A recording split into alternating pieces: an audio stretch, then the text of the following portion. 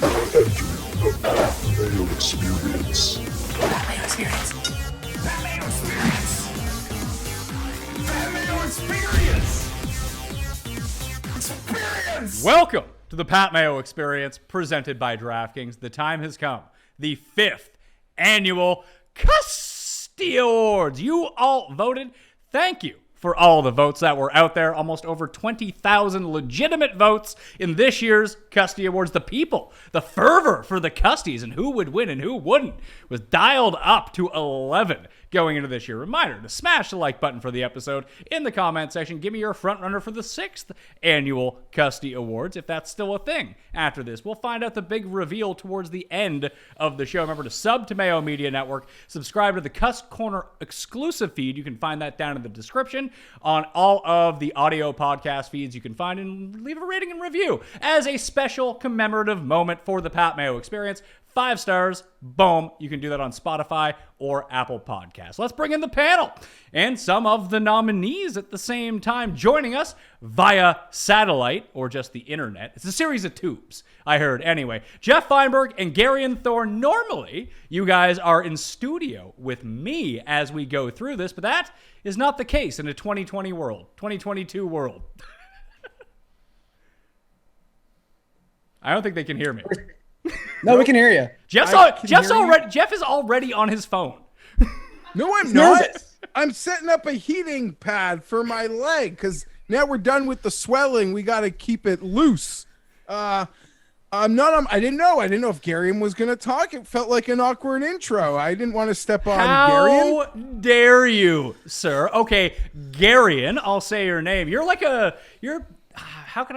closer of the Pat Mayo Experience now. You don't make very many appearances. You're like a closer on a bad team because this is a bad show. And closers, they don't get a lot of opportunities on bad teams to come in and nail it shut. But here you are making your return. I'm very excited for this. Yeah. Don't come around often, but when I do, it's important. I feel like a lot of people kind of like judge a year or sort of figure out how long time has been based on certain things like, oh, it's been 3 Christmases since I've seen you. Really, for me, it's the CUSTY Awards. That's when I come in, I work my 2 hours, sit on the bench for another year, come back in. It's a very good schedule. I'm digging it. Well, and I got to admit, my just trepidation to start, like I am going to say, have this vibe I should be very worried right now. So I started. I don't really have much. I'm looking forward to going through it, airing of lots of grievances. I'm sure will come out, and we're going to wait to the end, I guess. But yeah, so I am in a, most Custies, Pat, it's like feet up in the air, got that 9-stroke lead on the back 9. This one feels like I Greg Norman this sucker. So I'm pretty nervous at the moment. Well, Garion, you and I are out of the running for most insane person.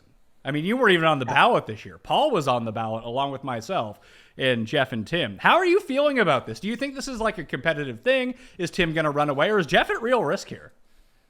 So I've been following this like most people have, which is just by watching the episodes and having my reactions. And I told both of these gentlemen before the show they should really try to live their life like me, where you're so sane that you get removed from the ballot. I believe I was a voting option the first couple of years, but so sane am I that I've been removed from even consideration.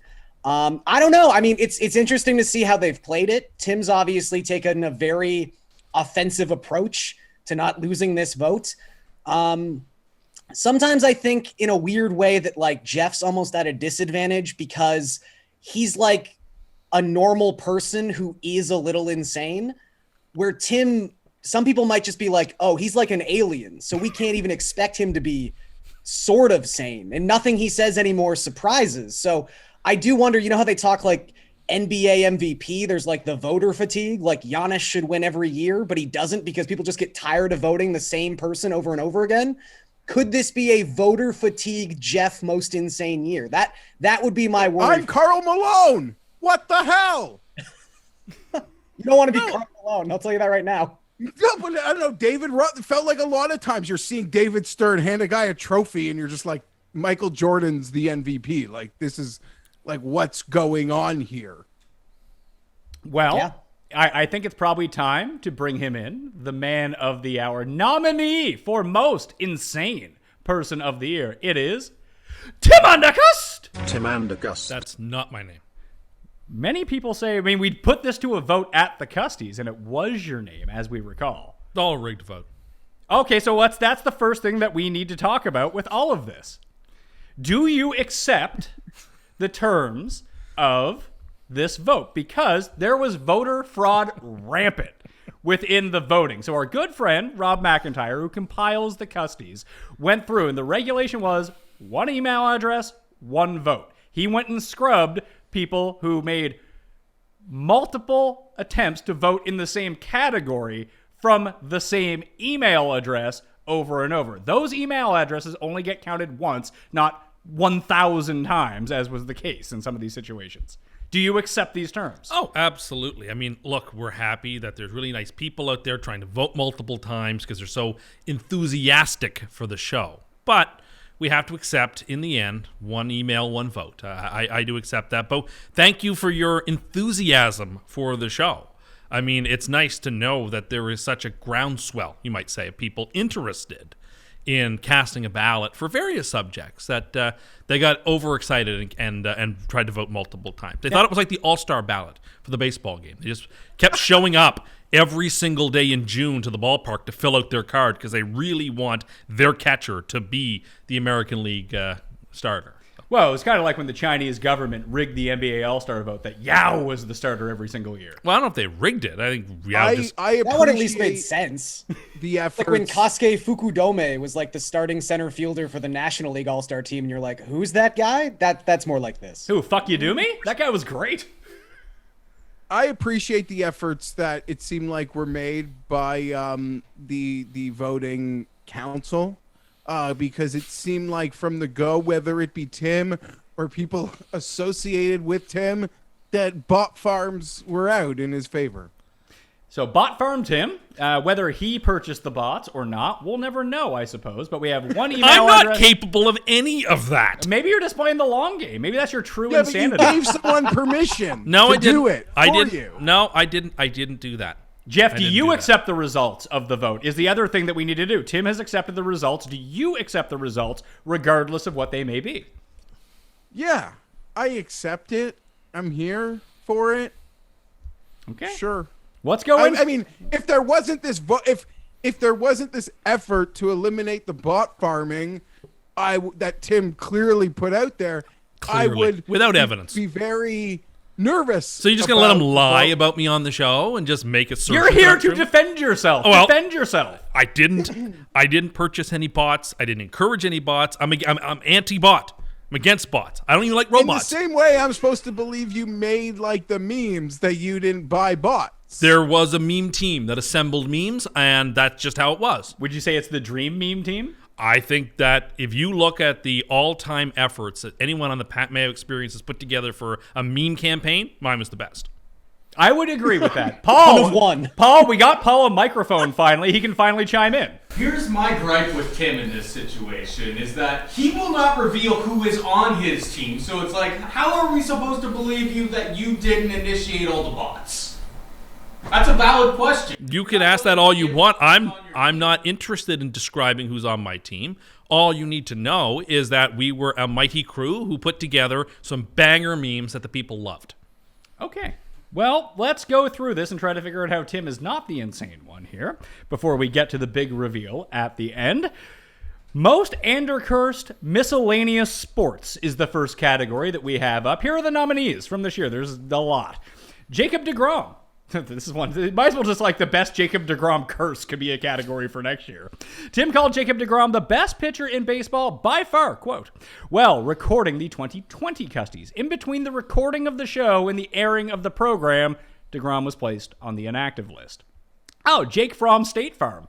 He was drafted. Jake Fromm was called the best quarterback on the Bills roster. He was cut prior to the season. Travis Fulgham, poor guy. You called Travis Fulgham a, quote, future star. He was cut in training camp. You remember that? Yeah, I still think he's a very talented wide receiver. The Jake Fromm one was more of me trolling Buffalo fans. Oh, so when you're wrong now, it's just trolling? No, but in that instance, it was trolling. Okay. Paris Campbell. After tearing his ACL last season due to the curse, Tim claimed Paris Campbell was due for a bounce back. He broke his foot and needed surgery, ending his season.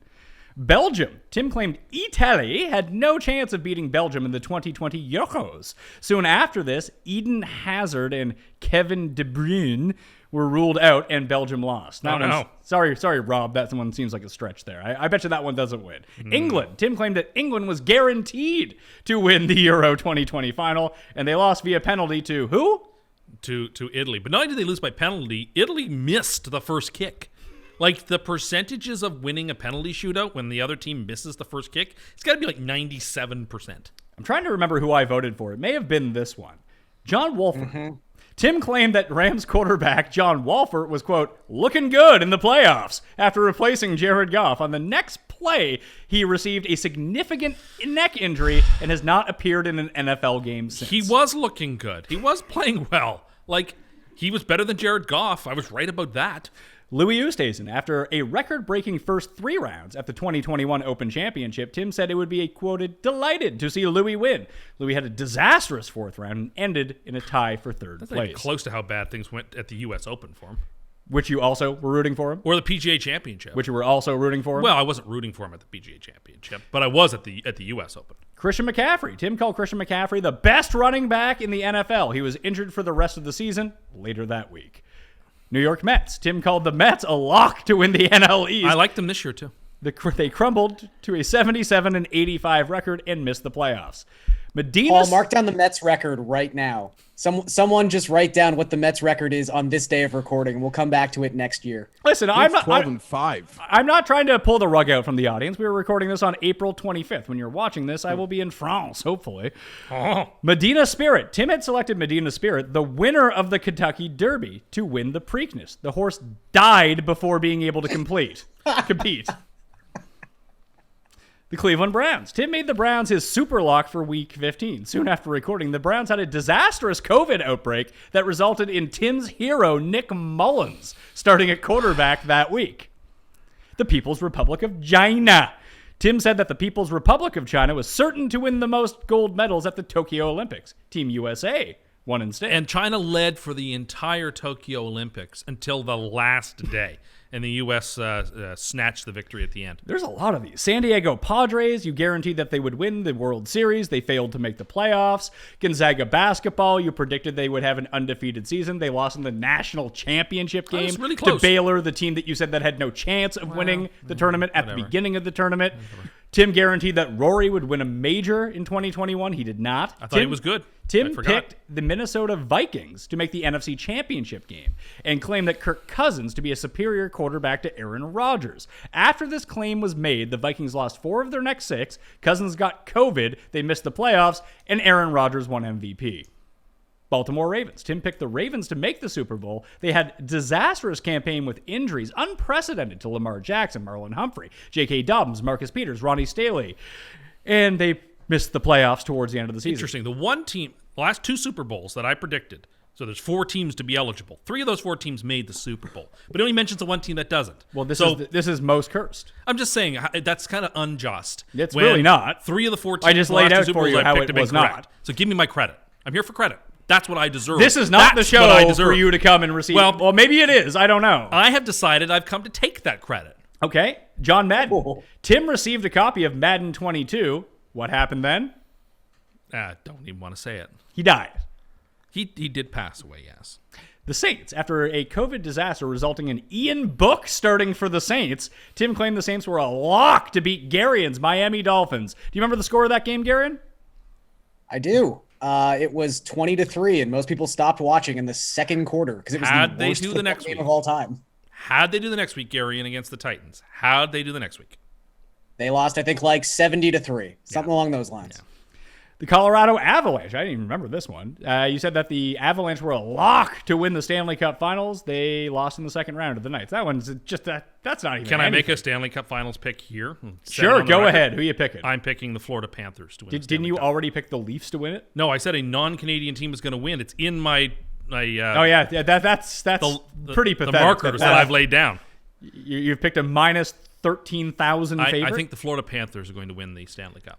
Last one, Ryan Fitzpatrick. You said that Ryan Fitzpatrick was headed for an excellent season with Washington. He was lost for the season in week 1. So those are the nominees. Geoff, out of all, hearing those back again, that's a lot. What do you think needs to be the front runner here? What do you think you voted for? Probably the horse. Death really plays. The horse is going to win. Yeah. I did laugh. I really enjoyed, though, the one you claimed you voted for, though, Pat. That one really popped as well. But Death really plays, I feel, the audience. So I vote Medina Spirit. Well, yeah, Medina Spirit, Garion, is going to be eligible in another category later on, most custom murder. And we'll see, maybe it's a potential double winner. Do you think that's the clear favorite here? I mean, Jeff's right. It is hard to sort of like look at some of these lists and go like, oh, this team lost in the second round of the playoffs, and equate that to this guy died because Tim bought a video game. So like the stakes are a little bit higher with some of these than other ones. I will say these lists are getting so long, which is nice because it really speaks to how powerful the curse has become. But I do think we need to start like understanding that some things are like, they came pre-cursed. Like Tim didn't help the Mets, but the Mets were already the Mets. Like Christian McCaffrey, injury prone. I think we can kind of just say that at this point. Some of these we might have to like adjust our level of Tim's involvement, where he did kill John Madden, but he didn't make Jacob deGrom's right arm fragile. You see what I mean? Yeah, England loses everything all the time in soccer. I can't be blamed for English soccer. But you said said that they were locked to win, and they lost. And they lost to the team who you said, who did you pick to? They had no chance of winning the Euro. What I said was the only team I can't have winning because I really don't like was the Italians. So I picked. And yeah, who won money on that? Yeah, Paul did. Paul did. Yeah. After you said that at my Canada Day party. Yes, that did happen. That did happen. But like to Garion's point, English soccer doesn't need any assistance. If it were possible to give assistance, which it isn't because there is no. To be fair, my point was also that you killed John Madden. So if you're just backing my point, I'm not. I'm not because I dispute that as well because that's foolish. Obviously, I didn't do any of this. Okay. And the horse also, like you guys were saying, it finds itself in one of the biggest custy categories of them all. So new to this year, too. You think it should, find a way to win this one, but it's not a human, so that could work against it as well. What did the panel you worry that, like Paris Campbell's family is ever going to come across this episode and be like, oh, maybe we can, like, class action lawsuit this guy? Yes, I think they should, actually. I think that would be... They probably should. Everything I said was under the Pat Mayo Experience banner. So now, you are not really associated with this show. You're not under contract. You appear here on your free will. That is true. So, Paul, you had something to say? Oh, when I said that I had my microphone on earlier, I didn't have my microphone on earlier. Now I have my microphone on as Gary, because I think they were kind of confused. Because it was not actually coming through. It was turned off. It was turned down to the zero. Well, it's the CUSTY Awards. We need some CUSTY production values. Although I think it's looking pretty nice this year. Look at that nice, nice graphic we have in the... The graphic is excellent. It is one of the best graphics that anyone has made for the show, and it's fantastic. Are you saying that the guy that runs your meme team that also made that is doing great work? I'm not saying anything and won't say anything. I voted for John Walford in this, although John Walford didn't win. The results of the most... Andercurse miscellaneous sports coming in third place. The Baltimore Ravens with 8.3% of the vote. John Madden with 17.5% of the vote. And yes, death does rate here because we had Madden and Medina Spirit, 36% of the vote. It's pretty good. It's a landslide. That didn't even drop. The pre-bot purge, 36% of the vote, 35.8% after the bots were taken out. So the bots held that one pretty consistently. What we found out were the bots weren't voting in every category. The bots just went to particular categories and voted for the same three things over and over. You keep looking at me as if I had anything to do with that. I have no idea how any of that world works. Give up your team name. I'm shocked. Give up who's on the team, who's behind all of this. I have give them up, and we'll back off. Yeah, we'll arrest them. I have nothing. Citizens arrest. I have nothing to say other than I And am this innocent. should honestly, to an earlier point, going forward, like come next year's That Custies, doesn't this should look be like just an innocent considered face. being called the Jacob deGrom Award, potentially. There's some consistency. I would say, like, not only was death a factor here, but Tim has the Custies and Tim long history of like horse-related ailments. I think it kind of like pulled at people's heartstrings. It brought them back to a simpler time 4 years ago when Tim was also killing horses. It's been like a decade of just murdering horses over and over, leaving their carcasses to become glue on the track. Your fault. It's not my fault. I take Your no, fault. I take no. You're not Matt responsibility. Damon in Good Will Hunting, pal. It is your fault. Oh my God! Next year we're gonna have that glue lady from Minnesota try to stop our show because we're killing too many horses. Little does she know that glue was made from the horse that Tim probably murdered. It's true. I take no responsibility. Non-sports most Andercursed of the year. Here we go. You ready for this one? Coke Zero / Dr. Pepper. Tim had been purchasing Coke Zero and Dr. Pepper with increased frequency. This led to both companies changing the formula of both products. Burrow the giraffe, another animal-related murder. I forgot all about this. Tim had Joe Burrow as one of the keepers on his fantasy football team. Soon after announcing this, Burrow the giraffe, named after Joe Burrow, died from illness. Bernhard Imblo, the owner of Pizza Delight. Tim talked about Pizza Delight on the show, and many expressed concern about their owner. He perished prior to the recording. Prior to. Yeah, I don't know. Okay, I don't so know why that's I don't on know here. how I could be held responsible for that. I'm with you on that one. That one shouldn't win. Peter I mentioned the Oakland Athletics, but in 1989 there was an earthquake. Yeah, in I don't Oakland, know what so I Rob- must be responsible for that too, right? Rob has really dropped the ball here on some of these nominations. I really should have vetted these before we came on. But, you know, it's this show, so I didn't. Peter Buck. Tim touted the, quote, old way of cutting subs on the Spread Pick show.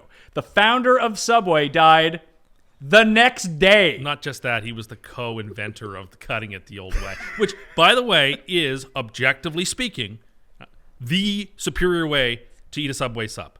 The side slice is garbage. Everyone agrees. It falls apart half the time. The seam doesn't last.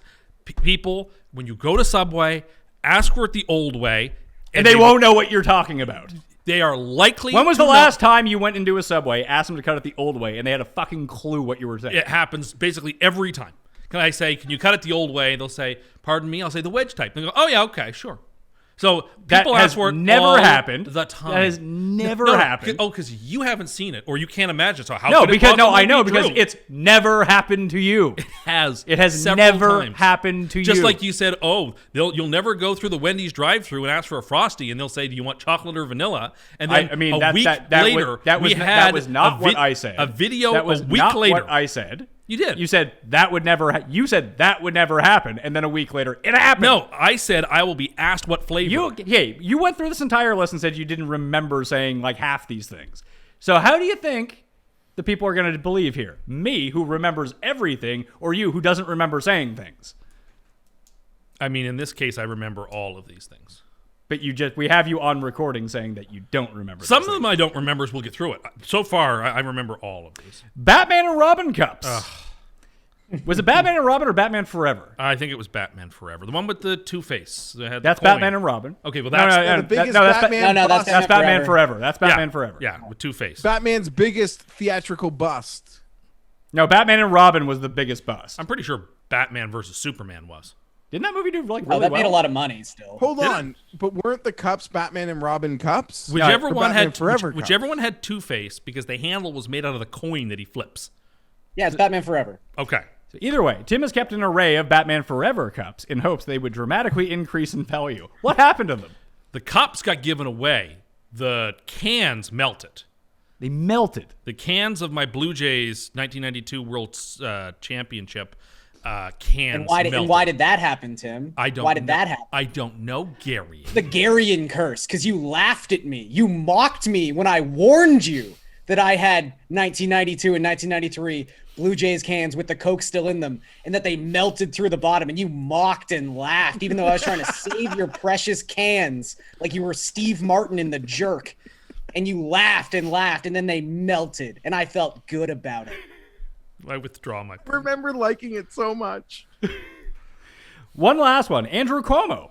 Tim received Andrew Cuomo's critically acclaimed book From quote, Rob. American Crisis: Leadership Lessons From Rob. the COVID-19 Pandemic. After receiving the book, he had numerous charges filed against him resulting from his resignation. From And the Rob position. sent it to me because he knows how much I disliked Andrew Cuomo and have ever since he was like the Secretary of Urban Development under Bill Clinton. I wasn't a big fan of his. Well, You know, hold on. go ahead. Because for all the things that happened in the last year or since this recording, the one thing I think, Tim's allowed to take a victory lap on is the demise of the Cuomo brothers. He despises them. Have for the longest time. Well, let's get to the results. Do you guys have? Is there a sleeper on this list you can find, Garion? Like, is it the No. Cups? No, I see. This is the thing. I have such a personal connection to the Cups, and I guarantee you that I voted for Subway. It's just such an iconic Tim moment. He killed the thing he loves the most. I mean, you can't vote against that. Tim is also right about the old way cut. Thank you. Like that was my college cut. Yeah. So it was a very. But Jeff, how long has it been since you've been in college? Yeah. No, So been forever since I went to Subway, but I remember I was like in college when they made the switch, and those guys at that shop were still familiar with the old way. I don't believe it. We've even had fans of the show say, I worked at Subway X years between this and this. Like, I have no idea what the old cut is. Shout out to Coffee Break. First, But I would have had to have found the cut or the Batman and Robin cut, the cups and the cans story, because that one with the Garion attachment, reading it, I was trying to remember why I was so literally recall dying of laughter with that one, and now it all makes sense. I want to make the point again. It doesn't matter how long ago they used to do it. It was still the best way to do it.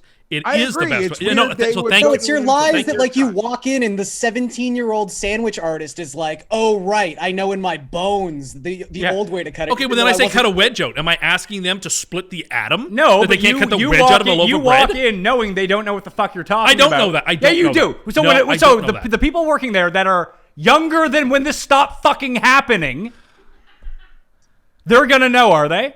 Probably. If you said they cut- work if- at a if store you where people said- come in and ask for it all the time. No, I they bet. don't, because it doesn't fucking exist. It does exist. No, it doesn't. Just Here- because you're yelling doesn't make you right. I am completely right. The fact that you don't see this is very infuriating, and the people agree with Jeff me. agrees with me.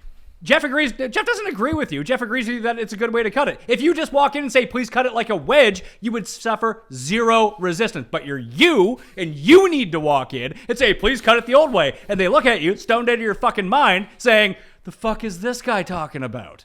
Because, everyone who works at Subway is stoned 24/7. If And I the fact worked that at you Sub- don't realize that is insane. I don't think that's true either. And if I worked at Subway, I would know all about the history of the company and the various ways things are done. And because you'd want to know Well, if they Tim- changed the way they made the cold cut trio, someone could very well come in and say, I haven't been here 7 years, but I remember the cold cut used to be this meat, that meat, and that meat.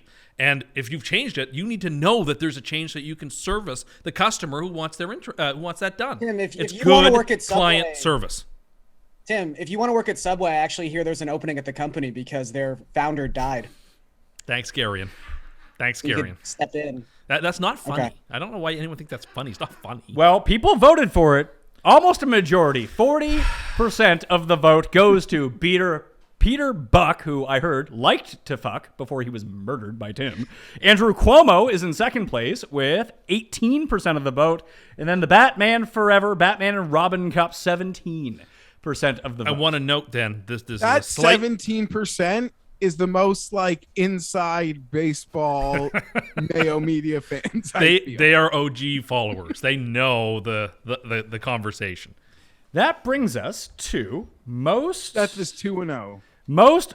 Death is 2-0, and it claims second in the other death category as well. It didn't rank on that. There were other deaths there that didn't rank on the giraffe. You feeling good about that? Just saying. So maybe it's just horse-related deaths that people are just really saying. concerned about with you. What is a giraffe if not a long-necked horse? Have you ever heard a giraffe, the sound a giraffe makes? No. It is crazy. Why? You would not expect it, put it that way. I can't even begin to fathom what a giraffe could sound like. Well, give us your impression of a giraffe. as a tease for the best impression later on. I don't know, man. Sounds like his Lucille Ball impression. Well, which Lucille Ball, Jeffrey? The one from the 1980s? Or I can't get my voice to a high enough octave to do one from the I Love Lucy show. Most reverse curse of the year. Baker Mayfield comes in at number 1 on this list. You said that they had no chance against the Steelers in the first round of the playoffs. They scored 48 points. Yeah. And won the game. Things are going swimmingly for Baker Mayfield, if you haven't noticed that. Well, these are the swimmingly. Yeah, but these are the 2021. Okay, but I'm just saying, Custies. I was kind of right, even though I was wrong. You mean when they won a playoff game for the first time in like 3 decades? It certainly helped that they won a playoff game because the team spotted him a 28-point lead, and the next week he couldn't beat Chad Henne in the playoffs to get to the championship In game. fairness, Chad Henne came in like the end of the third quarter in that game. And they had multiple opportunities and did nothing. But that's not what we were talking about. You said they had no chance against the Pittsburgh Steelers in the first round of the playoffs. I know what I said. But it seems like you're arguing something else. I'm just saying the general concept. No, it's not. I was right. It says, quote here, have no chance against the Pittsburgh Steelers in the first round of the playoffs. No chance. I lost the battle, but I won the war. Well, you didn't say anything about them the next week. In fact, you picked them against the spread. I don't know that I did. You did. United States Golf, Jeff. Tim said the U.S. team were, quote, doomed at the 2021 Ryder Cup. They won 19-9, one of the biggest blowouts in Ryder Cup history. Well, I just assumed since they played so terribly and should have lost the President's Cup that you had every reason to think that they were going to have trouble in the Ryder Cup. But people like Jeff and you who didn't want Scotty Scheffler on the team were wrong. It's good that he was on the team so he can make those putts. When did we argue against you guys Scotty were like, Scheffler? Nas got to be on the team. He makes all the big clutch putts. So now you have resorted to lying now, have you? So should we take anything you say seriously? No, that is me being You could have listed a bunch of players there. That is There's me a being few facetious. players you could have listed that said maybe Fienberg said this or that. You chose Kevin Na in your goddamn bullet, which proves you don't have a clue anything you're talking about when you reference things I've said. I am teasing. Well, we have a few more of these as well, proving that. Tim said the people who were betting on Rahm to win the U.S. Open were, quote, throwing their money away. He won the event. And here's a very good of you using the reverse curse to your benefit. Phil Mickelson won the 2021 PGA Championship after you tweeted before every single round that Phil has no chance of winning the event. Even from round 1 on. That's a good use of the reverse curse for you, who loves Phil Mickelson. So I want to make 2 points about this. Although it has not turned out well for him. First, my last tweet was 100% correct, where I said, I can't even imagine him breaking par today on Sunday. And he didn't break par. He actually shot over par. What were the other tweets before that? I had said that I thought he was going to play poorly, when obviously he didn't. Second is we have a friend who has a theory that if the so-called reverse curse is used, while I may get what I want in the short term, the consequence and blowback of it is so severe that like the earth has been salted. Like the Montreal Canadiens got to the Stanley Cup Finals. They're now the worst team in hockey by a mile. The coach got fired. The GM got fired. The captain retired from hockey forever. The goalie doesn't play anymore. And of course, Phil has had a myriad of issues, to put it mildly. And so That's a good theory. I think the Jets are Yeah, you're a monkey paw. I think the Jets You're a walking, talking monkey paw. I think the Jets are going to be really bad this year, though. Well, okay, we'll see how that ends up turning out for the Jets. Maybe towards the playoffs, end of the season. We'll see. Chance. No, you don't believe in any of it? No, they're not going to be any good. Okay. Aaron Rodgers. Tim claimed that Aaron Rodgers would not play in the NFL this season. In between making the claim and the release of the video, Adam Schefter reported Rodgers was reporting to camp. Tim also said Aaron Rodgers was worse than Kirk Cousins, as any Packer fan would undoubtedly rather have Kirk Cousins.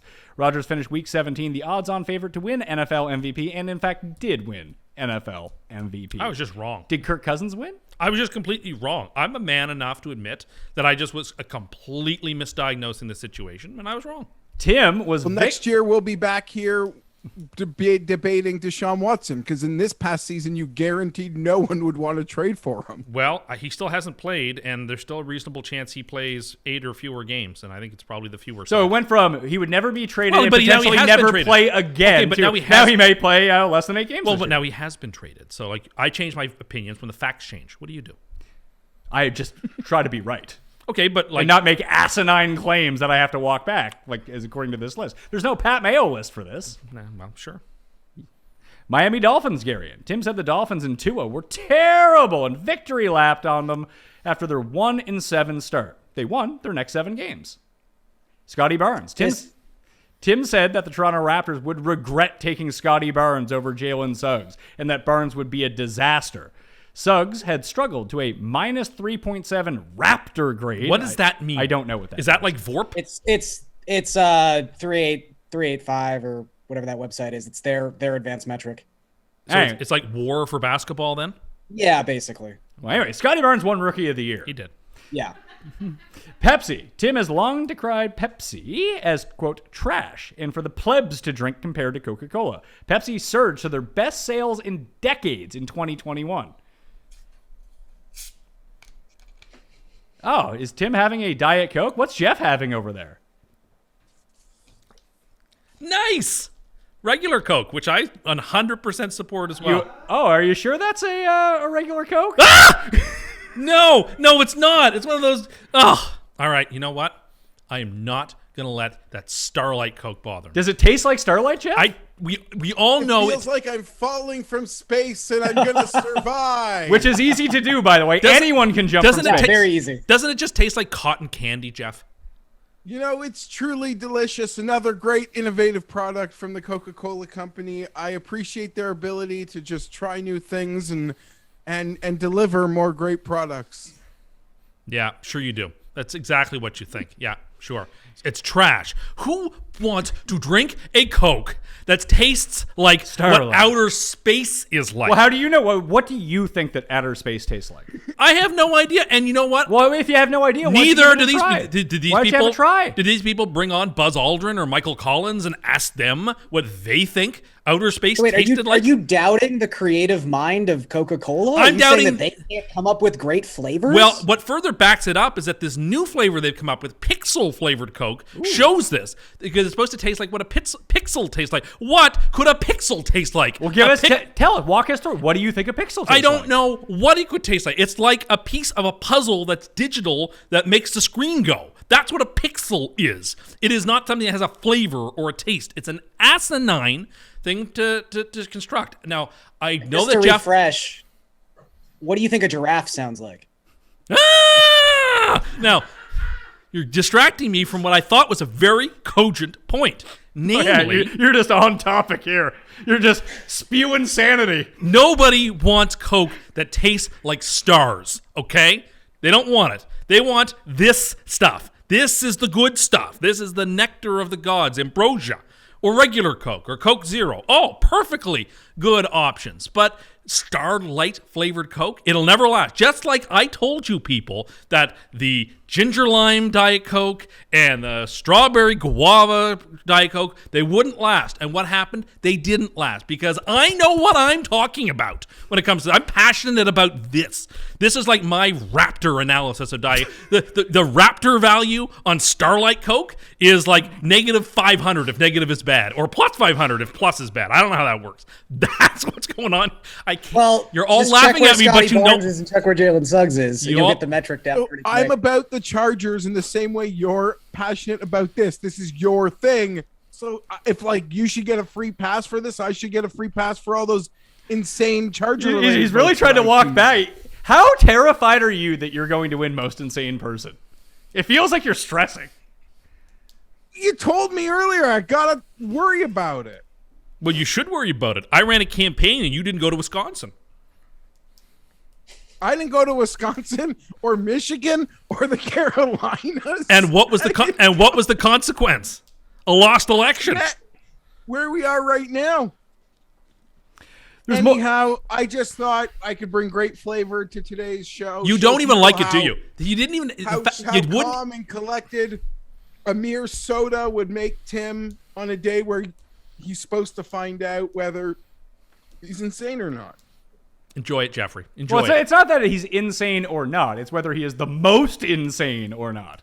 This isn't a sanity question. We know he's insane. Yes, it is. But is he the most insane is what we're trying to figure out here. There's more to these, Listen, by the way. the guy at 7-Eleven said he can't keep them on the shelves, so must be a good sign. Did you actually? Now, are you lying to me, or did you actually go and ask the proprietor at 7-Eleven how it's selling?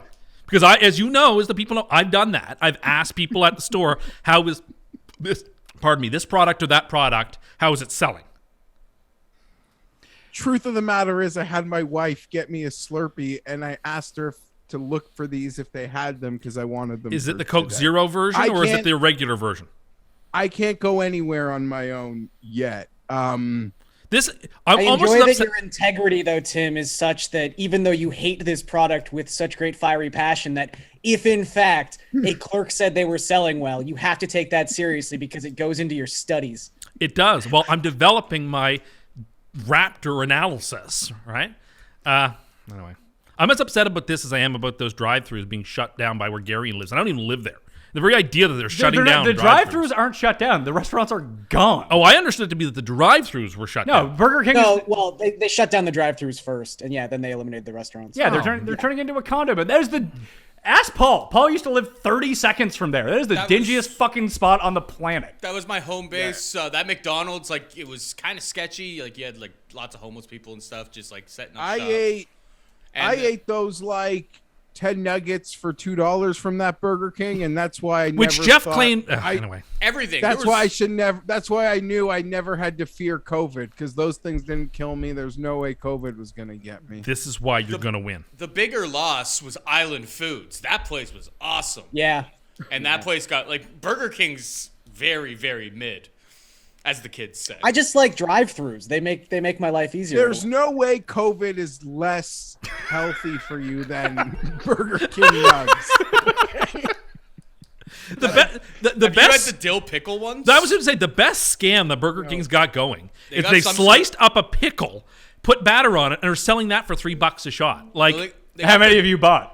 I tried it once, and that's okay. Gary, But and before we came on, Tim was complaining because he finally got the Burger King app on his phone that they send him push notifications around lunchtime every single day, and then he said that should be illegal. Well, it's mean. Like, that new whiskey barbecue Whopper looks so darn good. Like, I want it so badly, but I can't have it because Wait, your problem is targeted advertising? I've got some scary news for you, bud. Yeah, I know. I'm aware, but like they shouldn't have push notifications on my phone at lunchtime. Like that's You opt into them. You can turn off the notifications. Yeah, I don't know how.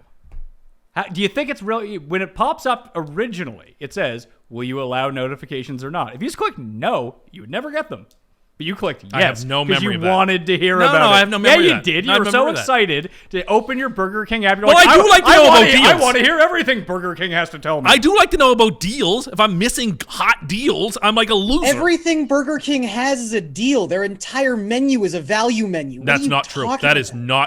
not I'll true. say this as a fast food guy. I don't have the app on my phone because I don't go there enough, but I used to because I had to frequent an area that had one, and the app had some serious coups. Yes. Like it had some serious coups. Yes. Even for the value, there was value on the value with the coups in that app.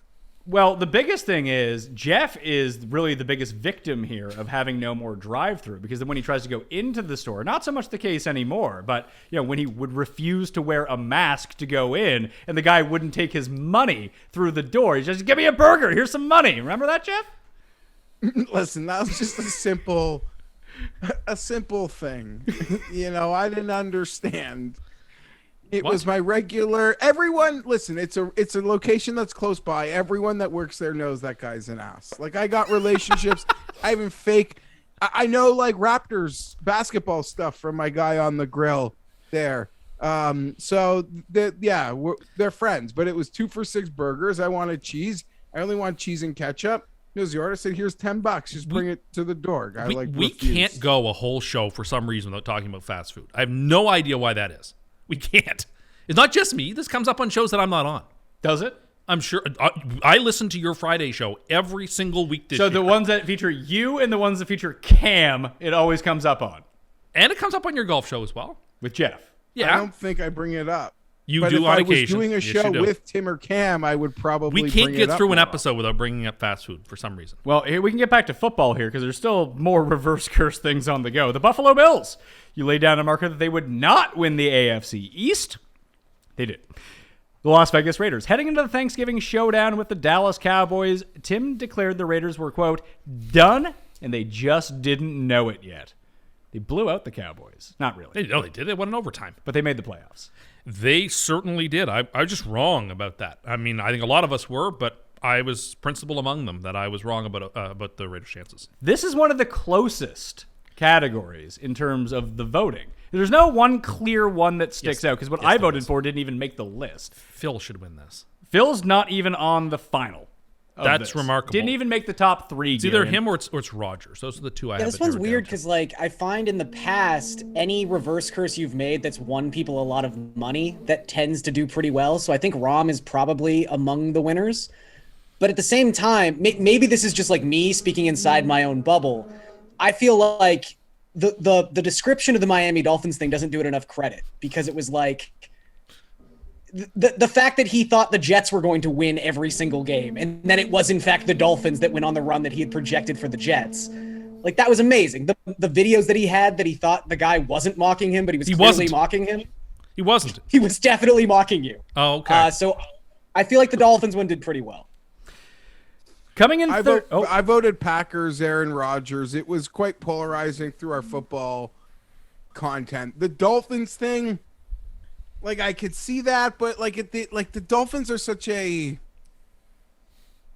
long-term bit on the show in some regards. I don't know that they'll get like the voting respect, although potentially could be wrong. I think Aaron Rodgers will. Rodgers or Raiders, to be honest, for me. Well, coming in third place, Pepsi got 16% of the vote. Coming in second place, the man that lives in Tim's head, Tua, and the Miami Dolphins get 19% of the vote. And with 23% of the vote, you guessed it, Jeff, Aaron Rodgers. He went from not ever playing in the NFL last year to winning MVP. That is the most reverse curse thing of 2021. We're at a point with some of the most fun categories. Most egregious claim of the year. There's not many of them on this list. So a good year for you, Tim. Or maybe these were vetted a little bit better than some of the other categories. But we have, you claim that surfing was easy to pick up and you could learn it without much effort. I don't know that I ever said without much effort. No, that's what you said. It's a quote. But I don't think surfing is nearly as hard as people like try to gatekeep and say, "Oh man, you could never surf. It's too hard." So no like that Seinfeld episode. You just said that was easy. It was like that Seinfeld episode where the maestro kept telling Jerry, "You'll never get a place in Tuscany. Don't even bother looking. Don't even bother looking." I feel like surfing can be like that, where they're like, "Oh, you could never surf." Okay. The waves are big. They do most of the work for you. It's all about getting the balance right. Once you're practiced enough to get up on the board, the rest of it is just physics. Sir Isaac Newton will teach you how to surf if you just pay attention. I like that Tim is gatekeeping, like that the surfers are gatekeeping because too many people on the water is probably bad for surfing, especially beginners. They don't want anyone out there. It's almost like the weather guy who says rain to go golfing. Like, stay away. This is a very competitive category for so few things. Yeah. Tim claimed he could easily swim back and forth across the lake that he owns and has done this previously, which, when we went out and measured it, it was about 1.3 kilometers each way. Yeah, but I did it. No, you didn't. When I was younger, I did it once, so it can be done. Yes, I did. Were you wearing a life jacket? No, I was wearing one of those wetsuits that act like a life jacket. And I swam the whole way across the deck. So you didn't swim across it. It's like when you said you could do pull-ups, but it was on a weighted pull-up machine. It's a different type of pull-up. Wow, what a reveal. What a reveal. This is brand new information. In the Olympics, the swimmers in the triathlon wear the same type of suits. So they didn't actually swim that part of the triathlon? They wear the same suits. They wear wetsuits, and those wetsuits have buoyancy like a life jacket. So you're just wearing hold on. You were wearing a wetsuit, or you were wearing a wetsuit that floats? A wetsuit that has that they have that buoyancy. So you're wearing an Olympic triathlon member that's swimming out there, had the same wetsuit that you had when you were a kid and swam across the lake. I think they're pretty similar. Yeah, I think they're pretty similar. Yeah, so you're wrong. So you're lying. Mock draft. Tim said it would be easy to get all 32 picks correct in his mock draft. Ooh, boy, was I wrong about that. You wouldn't even release 5 picks of a mock draft. I realized that as I sharpened my pencil how hard it was, and I was just dead wrong about that. Tim said that taking off and landing an airplane was not difficult to do. I said taking off would not be hard. No, you said both. said landing you said both. would be very hard. You said both. And my brother's a pilot. It's like if he could do it. You mean the guy that went to pilot school? Yeah, but if he could learn, I could learn.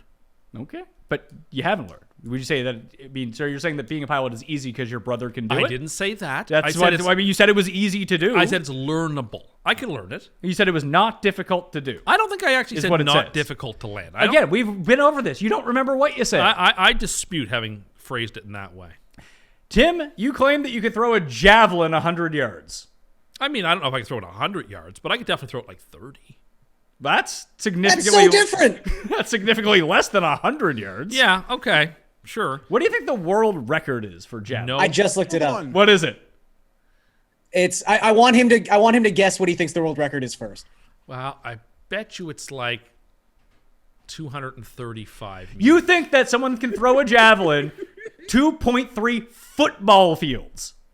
That seems about right. You see those movies all the time where the Roman Marvel soldiers movies? are like miles away from like Spartacus and are throwing The that Avengers? javelin. Yeah. The world forever. record is 107 yards. The world record is 107 yards, and you think you can throw it within 7 yards of that? So I just said I don't agree with that anymore. I think I could do like 30.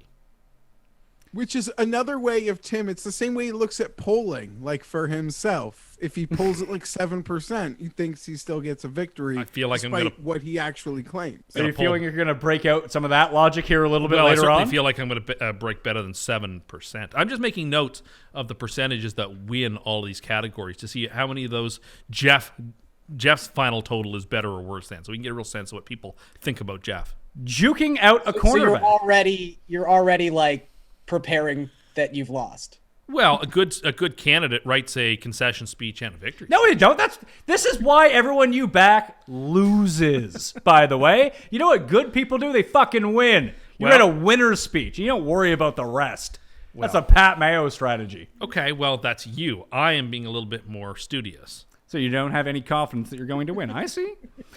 You also claim that you could easily juke out a cornerback on a screen in the NFL. Yeah.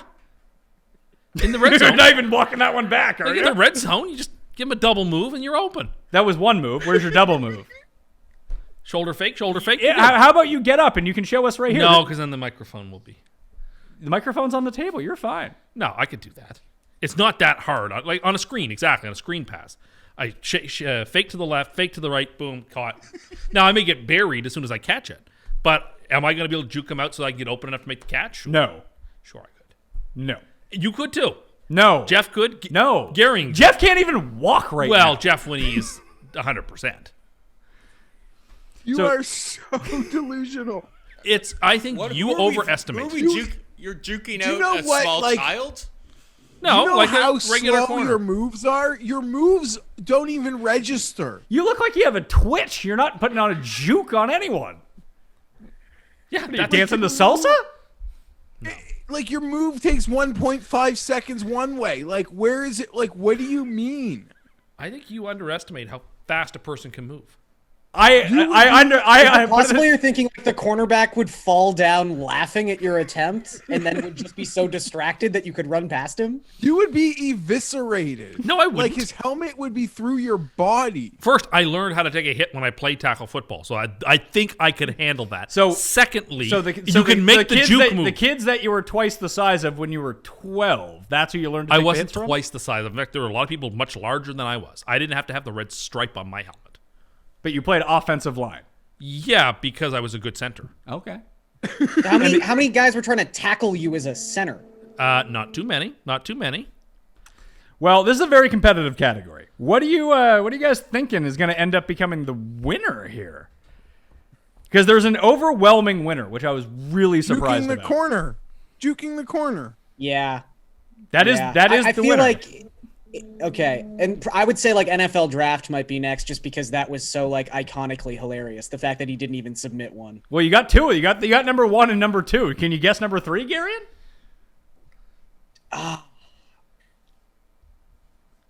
If I'm like gonna say javelin throw just because he already walked it back 70%. Boom, boom, boom. All 3 for 3 for Garion. If we Coming in third, the javelin throw with 16% of the vote. 28% of the vote goes to the NFL mock draft, and 41% of the vote goes to juking out an NFL quarterback. If we were on Family Feud, I would want Garion on our team. He has nothing but My good answers. Raptor Good is answers. knowing how crazy Tim is. And a good sense of how the people view Tim's insanity as well. Maybe Garion is actually the authority on all of this. I heard someone on Twitter mention that when they were informed you I would looking be on at this yourself episode, in that the- I might in fact be the tribune of the people. Hold on, Garion. Tim is now just looking at himself on the screen in front of us. And like going like this. Well, I was sitting up straight and making sure that the shot still looked good. Really? That's up to you? You have a very keen eye out of the corner with the screen over there. Not Paul, who is standing in front of the shot and making sure that it's framed Look, you properly. can't bully me the way you would bully Geoff at the table. I thought it looked all right. You thought it looked all right? You looking into the screen? I'm going to do the Well, I entire didn't show realize like that. I'm not going to look at the camera. I was going to look over here. I was discreet about it. Really? Yeah, really. You were discreet. Yes. Well, people can rewind about 15 seconds and make their own. Rewind? Okay, pops. They should put the VHS in the tape and rewind, should they? They can rewind. What would you call it? Reverse? You don't rewind. You physically... The word rewind means to take something that's spooled and re-spool it. This is the corner you're going to die on? That's what the verb to rewind and wind means. Okay. I'm done being nice now, I guess. Oh, this was your nice Yeah, face. it was me being Oh, nice. okay. You see what's coming up. Worst take is here right now. I just made it. No, yeah, that may have been one. McDonald's pancakes. You claim that they had the best in the world found at McDonald's. Stand by it. 100% the case. You know what I say to that? I know you do, and you're Sorry. wrong, and it's mean, and it's wrong. So then I won't say it. No, No. you say it. No, you say it. We're being mean to Tim now. Say it. No, it is- I've heard it a dozen times. You're not going to hurt my feelings. It's a mean-spirited take, and I hate for anything mean-spirited to come from any of this. What do you think the show is, Jeff? What do you think the brand of humor on the Pat Mayo Experience is? When you say the best pancakes in the world you've ever had at are McDonald's, my only thought is like no one who's ever loved you has made you pancakes. That's somebody who just doesn't appreciate how delicious McDonald's hotcakes are, drenched in their hotcakes syrup. I think you're overlooking how much Ronald McDonald loves Tim, Jeff, with all his heart. How many points are you up to now? I'll tell you right mine now. Is, I'll mine tell you- has no, I'll tell you right now. stalled bigly I'll since tell you- my injury. Haven't been able to I'll rack tell up you. any. I'll pull it up right. Well, yeah, because you're going to Five Guys. Let me pull up. I'll see. I got to unconnect from the Wi-Fi here. Why'd you have to unconnect from the Wi-Fi? Because I don't think it'll open fast enough. Is it Oh, because no. you didn't want to type in the password? Okay, no, I got it. So, What do you think the password is, Garion, to the Mayo Media Network Wi-Fi? Andercust? Tim Andercust! so what do you think my points are at, Jeff? I don't remember, but they're probably pretty high because you're going there for healthy breakfasts. 30,000. Yeah, it's much higher than that. 60,000. No, it's 42,700 at the moment. I don't know how these points are calculated. That could be like $4 How many worth of points stuff. do you get for like a burger? Well, like, let's Not a lot. Let's go. Oh, through boy. Previous orders. So I think there's a way to. You do can that. see how many points you're getting per Okay, order. What can you buy with 42,000 McDonald's points? He can buy a Grimace Halloween outfit. No, right now. He could buy a lot. He could buy a lot. He Right could buy a now, bunch I of- can he buy, could like- lunch for Yeah. the group. I can buy 4 quarter pounder meals, 4 chicken McNugget meals, 4 Big Mac meals, 4 McChicken extra meals. I don't know what they didn't mean. I mean, that's what you buy every time you go, according to these points. So that's just a meal for one. McFlurries are on 2 for $7. It's a good price. You eat 2 McFlurries? Well, you put one in the freezer and eat one right away. Okay. No, Like, it's like while the milk. Easter egg- It's while the not Eas- ice cream. It doesn't. Well, that's it, right? But That shit doesn't hold the freezer like normal ice cream. you don't think? I will say my girlfriend eats, like, she'll put the actual, like, whether it's a Frosty or a McFlurry or whatever, she'll eat half of it, then put it in the freezer. And it's generally like, if she got it from McDonald's, it's like the M&M's one or the Smarties one. So all the, like, color from the chocolate candy has now, like, congealed in whatever that milk substance is. It looks like the most disgusting thing I've ever seen in my entire life. See, here we go again. Fast food. We can't help ourselves. Well, the topic was McDonald's I suppose pancakes. that's fair. Tim said that waffle cones were the substandard way to consume ice cream, and that anyone who used them did not actually enjoy ice cream. He also said that waffle cones were used as a status symbol to project oneself as more important than they actually are. I couldn't be more reading these There through are here. I'm like, I feel 17 so- of these. I need to read through them. Okay, well, I'm 100% right about that. Carbohydrates.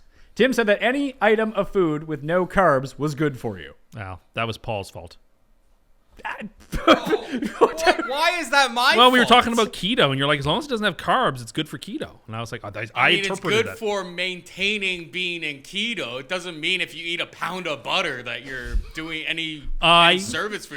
I thought that was pretty I self-explanatory. was under the impression that if you're on keto, as long as it's good for keto, you're good to go. It's not good for your heart.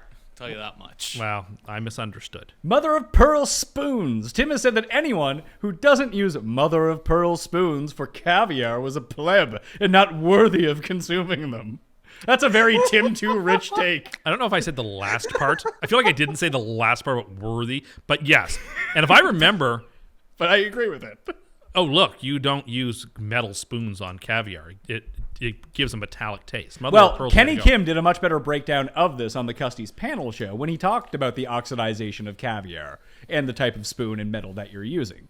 You didn't really make that point. You just said, how dare you even think about consuming caviar? Well, it's just like it's not done.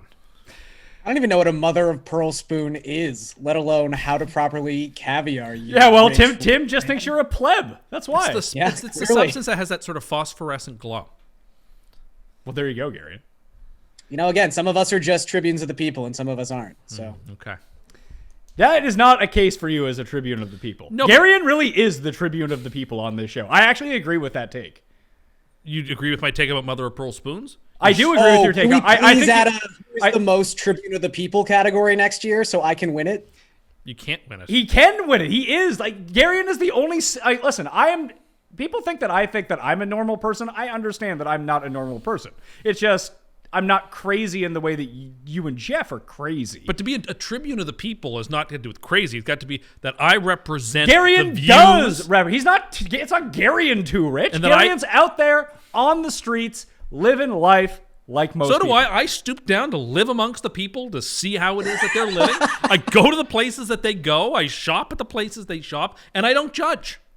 I don't judge. You just said All you do ju- is judge. You, You just just said- you stoop down to people's You level, also but said you're that- not judging. Mother of pearl spoons for caviar, not using them, mean you are a pleb and not worthy of consuming I don't caviar. think I said that last You, part. again, I really we don't keep remember. coming back to this, that you don't remember saying If all I this said awful that stuff last that part, you said. if I said that last part, I retract it. I didn't mean that. Tim said that nobody has seen the film District 9 and one that it has. was universally considered a horrendous film. The movie was nominated for Best Picture, Best Visual Effects, Film Editing, and Best Adapted Screenplay at the 82nd Academy Awards. Crash was nominated for a bunch of Oscars too. Didn't make it a good movie.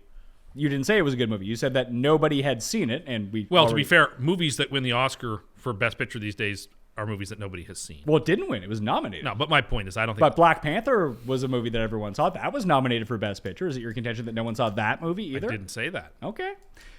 World less viral, Gary. And Tim claimed that the world has been getting less viral due to encountering fewer videos that he deemed universally popular. It's true. That's just a fact. You don't see those viral E-Bombs World or YouTube videos the way you used to. Like, obviously, there's different platforms. Wait. You don't see them anymore. Wait. Your thought process on this is that because there's no 2022 version of E-Bombs World. That's why there are less. I mean, viral videos. isn't TikTok just E-Bombs World in an app? But there's Yeah, so many Tik- TikToks. TikTok is literally an algorithm that spits out viral videos based on your preferences. But their virality is not as strong as they were 15 years ago when we all had a similar common approach Look, to. If like, your take is the that girl we no who longer is live in a stomping monoculture, the you're wine. correct. I don't know what. Yeah. Do you want an award for being the Yeah, like 7 billionth person to figure out that there's no monoculture anymore? well, I guess what we learned in the last 2 years is that there is a monoculture. We just aren't very happy about the things that we're monocultural about. Like experiencing a pandemic, for example, was a monocultural experience. Okay, very good. Tim called the Prince of Wales and Joe Biden the best dressed people in their respective countries. They're definitely the best dressed men in their countries. I stand by that 100%. They also get that you don't wear brown shoes with a blue suit. You wear black with a blue suit and a black belt. Do not be wearing brown shoes with a blue suit. The Prince of Wales would never be caught doing that. Neither would Joe Biden, who has, he just has, in 2022, he's just the best dressed person in the United States. Like, he wears the perfect types of pocket squares. His suits look perfect. He's a marvelous dresser. You're wearing an Under Armour fitted long sleeve with a vest, best described as picked out at Value Village from Michael J. Fox's from Back to the Future. That's covered in cat hair. And you're giving out the fashion advice. I never said I was the best dressed person, but I said that the Prince of Wales and Joe Biden are, because they are. Okay. You also claimed it would be easier to swim 2 kilometers versus running 2 kilometers. It would be for me. Swimming is It would be for no one in the world. I think it would be. You also claimed that a toaster could be used for a variety of breakfast items, including French toast and pancakes. I've been using the Eggo pancakes recently. They're actually pretty good. Are they better than McDonald's world best pancakes? No, they're not, but they're good. Garion, Tim called corduroy pants, quote, a pillar of modern fashion. So wait, you haven't been seeing many viral videos around, but you've been seeing everyone wearing the corduroy pants? And if I remember on the panel, a couple of people said, actually, he is right for the wrong reasons. He doesn't know this, but actually corduroy is coming into fashion. Hipster Bronstetter said that, who never leaves his house. Bronstetter, if he knows it, then it's so. Look, again, didn't steer me wrong. In no way am I He wouldn't steer me a wrong. predictor of trends, but He wouldn't I think steer the you last wrong? Well, The guy that sent you an email as Netflix's legal counsel that you bought into okay. wouldn't steer you wrong, Woody. Okay, fair enough. That's a very good point. And I don't know how to respond to that, other than he was right about Nespressos. So, Okay. Oh, we got so many more. Tim, you have said on multiple occasions that It's a Wonderful Life is a universally beloved film. In 1947, the film was criticized by the FBI for being communist propaganda. I don't know where this one came from. I don't remember Jesus. that, but I am right about that. It's not every Christmas for a reason. It's not there because people hate it. Anyway, sure. Okay. Wendy's. You have accused Wendy's of catering to millennials by having new Frosty flavors. This rant led to Tim being called, quote, the most entitled person ever heard by a listener of the show. I'll tell you what I feel entitled about. I can't wait for this Wendy's breakfast to come out in a couple of weeks. What is it? I don't know. They won't reveal all the menu items yet. It's all being very sort of disguised. What do you hope it is? Honestly, I don't know. I know that the one thing they have shown is the photo of their new Egg McMuffin, sort of Wendy's style. I'm very excited for that. But We should let the listeners know this is a Wendy's Canada. yeah. In Canada, I haven't had breakfast. So I, like everybody else, Jeff's just as excited as I am. Jeff knew the date without me having to say it. Jeff knew what the item was. Like, he's It's as excited. showing up in promoted tweets in my feed a lot. I gotta admit. Everybody is really excited here in Canada for it. Okay. Tim is accused. Oh, we just did that one. Tim said you said that the NFL was trying to scheme against Jets owner Woody Johnson by giving the Jets London games against the Atlanta Falcons, since Woody was in the UK for 4 years. Wasn't just in the UK. He was the ambassador to the Court of St. James. Mm-hmm. Tim said that he eats a buffet until he is near comatose state because he has, quote, self-respect. What I said was, I beat the house because I have self-respect.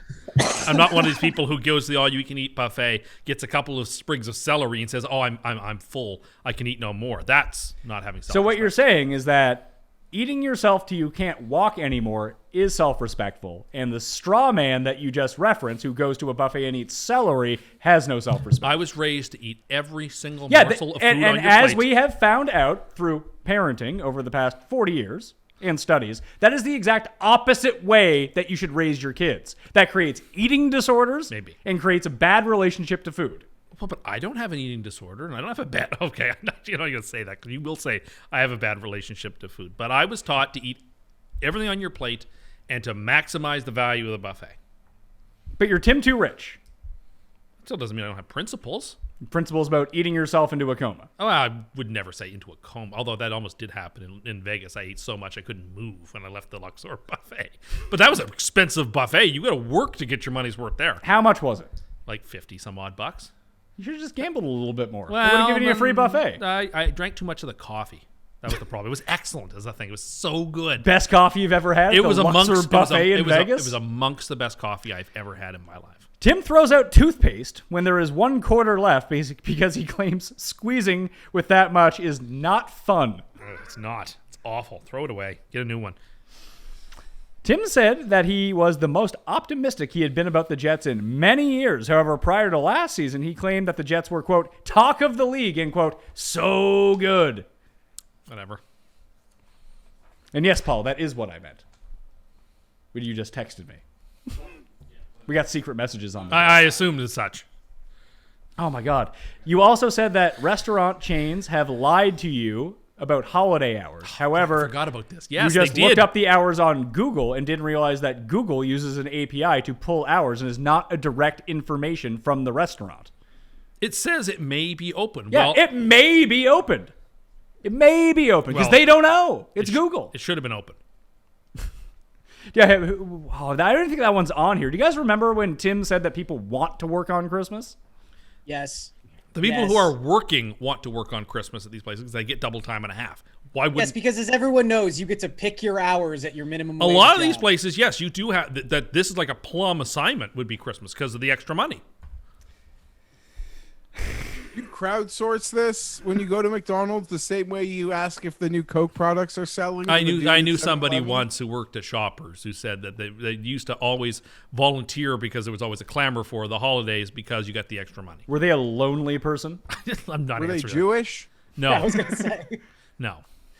Tim is terrified. Oh, this is a good one. Good timing on this one. Oh, no, here's one. Oh, sorry. There's even more that I missed here. You stated that everyone prefers onion rings to fries and that anyone who thought differently was being needlessly contrarian. I stand by that.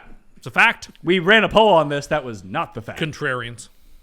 Tim says that if there is... Oh my God. Tim says that if there is lightning outside, you need to turn off all the power in your house. Yes, unplug everything or it'll shoot through. There are things called surges, you know, and it happens, and it can be really dangerous. When I was little, my grandmother used to unplug every single thing in the house. The hi-fi, the television, you name it.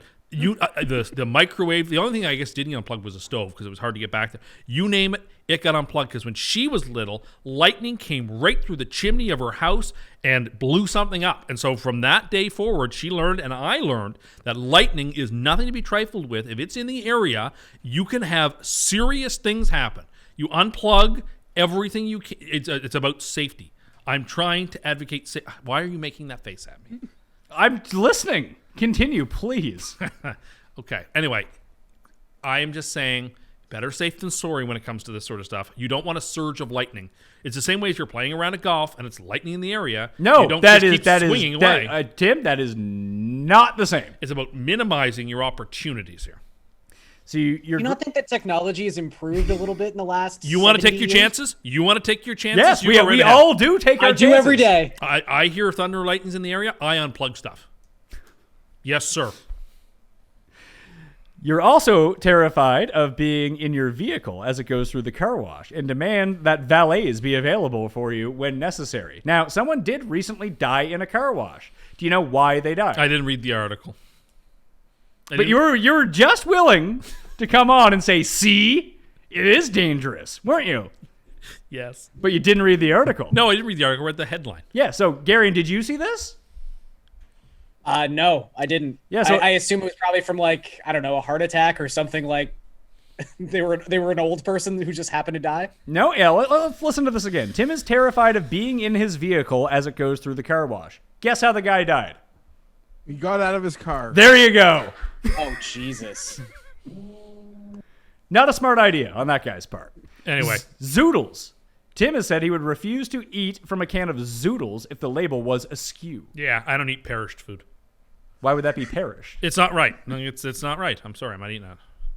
Wait, did you say it's not right or it's not ripe? As in there are cans of Zoodles that are It's ripe? not right. I'm not going to eat a damaged can of Zoodles. I don't Yes, need to. but this also leads to the monumental moments of Tim playing the role of stock boy and rearranging shelves at the grocery stores. That hasn't happened very much. You know what's unfortunate? Wait, did it make the list? Tim hiding from the old man, or was No, that that this year? happened in the winter. That'll be next year. There are so many of these. That's the front runner for. Look for at all most these. Most These Cust- categories. most Cust There's story so next many. There's year like over 300 things on these lists. is But that is the front runner for the this year. mincemeat pie fiasco. It wasn't his pie. Stealing from an old man. And then hiding in a grocery store. I was diffusing the situation so it didn't turn ugly. Powering. You didn't even take the pie home. I you didn't want it coward. anymore. I didn't want it anymore. Sullied the pie. Last one, Zach Wilson comparisons. Tim said the quarterback Zach Wilson reminds him the most of Patrick Mahomes. He later amended this and said that Zach Wilson emulates. This is not written well. No, it is. That the quarterback that Wilson emulates is Steve Young. So where's he at now on the pantheon of great all-time quarterbacks? Where is Zach Wilson today? I think I was probably righter about Mahomes than I knew, but for all the wrong reasons. He started playing poorly not long after I made that comparison. I don't know. He's really good. He's really good. There's a lot of these here, Garion. What are we thinking is going to be the worst take? So I have what I think will actually win, which I think it has to be caviar. It's just so freaking elitist and I feel out of place. I feel like the people did not do us any service on this one. Like this is the most outlandish winner of any category. Okay. I will say, though, I don't want to glaze over all 17 of these, but one that does rub me the wrong way and did when I heard it on the show. Your weird take on waffle cones, which are not only the best ice cream cone, but also, like, if you get a waffle cone, the reason they're more expensive is because you get more ice cream in a waffle cone. Like, it's just such a weird and bad take. But yeah, I think the caviar thing is it should win. I believe on the show there were people who I'm at a agreed with total me. loss here. So I don't even remember what I voted for. This category is such a shit show. So in third place with 8% of the vote was the car wash. Second place with 11% of the vote, swimming versus running. And the Zach Wilson comparisons won at 13%. I guess it was just so many category options that the winner really doesn't tell us anything. I mean, that's a terrible take, but like there are I think I voted for the restaurant Christmas hours because that is so outlandish and your fault completely for not understanding what's going on.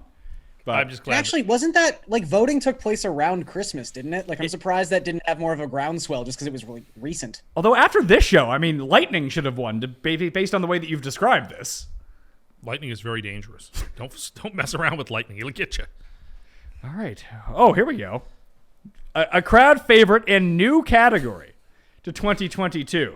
Most Cust impression. So, I'm going to read these out. And in real time, warm up that voice. We'll go wide here so we can get everyone's reactions to this. I know everyone is very excited to hear most Cust impression. So we'll line them up and we'll go through them. We want to hear your impressions of each of these and see how the people voted. Most Cust impression, finalist number 1, Fred Flintstone, character on ABC cartoon The Flintstones. Hey, Bon, how are you today? My name's Fred Flintstone. Let's go bowling. That one's getting better. It's getting a little bit better. Yeah, I was going to say, that's easily the best impression I've ever heard you do. Well, thank you, Garion. Christopher Walken. Hi, it's Christopher Walken here. From various movies you've seen, but also ones you haven't seen. Like True Romance. No one saw that movie. No one saw True Romance? I'm just saying that. Have you seen True Romance? I think maybe once, but I actually don't. So you have, and I have. Gary, and have you? Yes, I've seen True Romance. I was just saying that. A lot of people have. Lucille Ball, star of 1950s sitcom I Love Lucy. Hi, how are you? I'm Lucille Ball. See, that ruins your Fred Flintstone because it's the same impression. No, these are all subtle. I hate when people say that. These are all subtly different. No, this category is going to make it very polarizing how much they aren't. Walter Matthau. My name's Walter Matthau. I was in the taking of Pelham 1, 2, 3.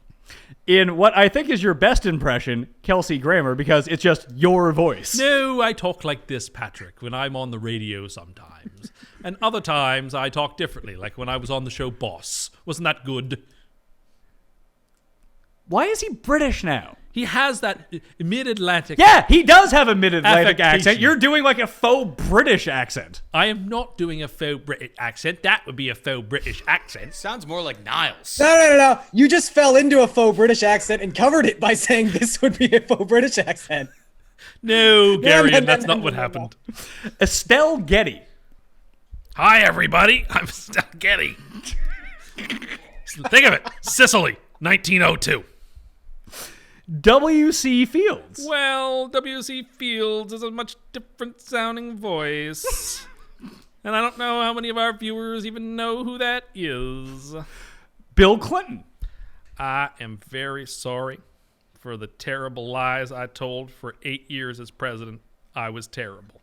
That just sounds like you. No, it doesn't. It does. It doesn't When people sound listen like to that me. back to back. At all. That was his second best impression. It really was. Thank you, Garion. I'd give you a Presidential Medal of Freedom if I could. Was that Bill Clinton? It was. Okay, so let's hear the Bill Clinton again. Hi there. How are you? My name is Bill Clinton. Now let's hear Bob Dole. Bob Dole talks like this. So he talks like Fred Flintstone? No. Brad Flintstone is there. Bob Dole's like there. These are different. I physically can feel it in my voice, the different registers. So you can laugh and make fun, but it's because you don't have perfect pitch and you can't hear the difference in the sounds. Man that you are responsible for murdering, I'm not. Sean Connery. Well, Sean Connery had a Scottish accent like this. He was often in movies like Dr. No and The Hunt for Red October. October. That was a very overrated movie, but I was in it nonetheless. Perry Como. It's more of a crooning voice like this, you see. And so, again, I don't know why we have people on this list that probably passed away in the 50s. Because those are the only impressions that you do? Speaking of someone who has passed, Paul Bearer. Oh, Pat! I didn't think I'd make the list this year, but I That's did. your best one. That's your best one. And I think this is a pretty good one to do. Jeff's not even laughing anymore. He's just on his phone. Oh, he's doing I don't know the... what to make He did of the that. Undertaker eyes. That's what he was trying to do. I see He was that. the Undertaker to my Paul Bearer. So what do you think we're going to do here, Jeff? Who do you think ends up winning most Cust impression? Does Cust impression mean the like worst impression though? I remember thinking this Great when question. I was what? Yeah, is it the best great impression I question. do or the worst impression? This is not specified. The category is most Cust impression. So you know, maybe like when, so maybe it's like the worst impression, or maybe it's the most that you're looking at yourself again. No, You know, like when Major League I'm not. Baseball, oh God, when they instituted the Hall of Fame, but it was like 40 years after they'd been playing baseball. So the first class was just like, okay, yeah, these are the 5 best players that have been the last 45 years. Like, there are just obvious picks. I think because we haven't had this category in the past, I think Christopher Walken just wins because it's the most iconic Cust impression. I agree. You would be correct. Christopher Walken with 32% of the vote ends Walter up. Matthau's next, right? Estelle Getty with 19% of the vote is next, and then Sean Connery. I think Estelle Getty got there because it was a really nice quip by Rob. Actress from Golden Girls who Tim models his hair after. That's some good That's good content. Okay, most Cust story. Whew. Burning through these. A midnight Diet Coke. Tim will wake up regularly in the middle of the night, often between midnight and 4 a.m., and consume Diet Cokes. He says this is normal behavior and not worthy of concern. I don't think it is worthy of concern. I remember Cam telling us the exact same story on the air, and I was like, okay, there you go. I'm not the only one who does this. Stop using Cam as your barometer for things that are either healthy or good or normal. We love Cam, but those are not things that he is a beacon of. How come he can admit that, but you can't? Well, I can admit that I get DCs at night. I had one last night, actually. What time? Like 2 o'clock. Oh, my God. I was thirsty. Sartorial compliments. Tim claims to have been receiving a significant amount of compliments on his fashion sense. It happens. Tell us one time. No, it just happens. Don't worry about it. Don't worry about it. You won't believe it anyway, so why bother? Well, I want to hear what fabrication that you have. Just in general, like I'm just on the street and people say, oh, you're looking good today. How often are you on the street? I don't know. Often enough. I don't know. So you weren't going to believe me anyway. When so was the it's- last time? No, I'm just asking questions. I don't, yeah. I'm just asking questions. I'm just asking questions here. When was the last time you were out amongst the people on the street? I don't know. I don't When was the know. last time you lowered yourself and schlubbed it with the common folk? I don't know exactly. I don't know. Shrove Tuesday. forgot On the about- I holiday, forgot about Shrove Tuesday, also known as Fat Tuesday, Tim was furious McDonald's would not serve their hotcakes as a part of the all-day menu. It's ridiculous. Garion, While shoveling his driveway, Tim has to take multiple tea breaks. He says he is good at shoveling since he can do it faster than his grandmother. How old's your grandmother? 81. This again, I almost think it's a skill, your ability to find like the lowest benchmark. Like, oh, Cam does it, so it's okay for me to do it. I'm faster than my grandma. That means I'm great. Well, just it takes me time, but like I'm faster than some people. Who are you faster than? Faster than my grandmother. Besides that. Just like you're going to victory lap being way less insane than me. Like, that's the barometer, So right? Jeff's that you're going to obsessed. celebrate. Jeff has spent this entire time, like, you can see how stressed out he is. Oh, Jeff's losing it. He is losing it. Like No, I gotta just, there's like a guy coming to fix a window in my house that I'm like, just that Yeah. you broke because you're freaking out. Yeah, did you punch it? What else? Gym shampoo. Tim has been taking empty shampoo bottles into the gym and using the push soap to fill them up. For emergency purposes when they don't have any at the gym, so you have some in your bag. But you always use them. Well, eventually they go stale. So you have to use them. Yes, but So they're not for the emergency intention purposes. is for Is the emergency that they might go bad because you stole No, them, the intention- left them sitting First, around, I and pay now my they're about- gym- I And pay does my gym shampoo dues. go bad? Yeah, it gets like Are you sure about that? Yeah, that I- it goes bad? yeah, I think so. I think it goes bad. You think that it does? Does it? Yeah. Do you know that? It goes bad. Tim uses a nightlight to sleep. Yes. Okay. missed Tim it. said he looks forward to McDonald's Monopoly as the best part of his year. That is such a great time of year. Jeff, you will remember this. Tim was instructed by Paul, the producer, to raise his volume while on the show. He thought that meant to speak louder instead of turning up his microphone.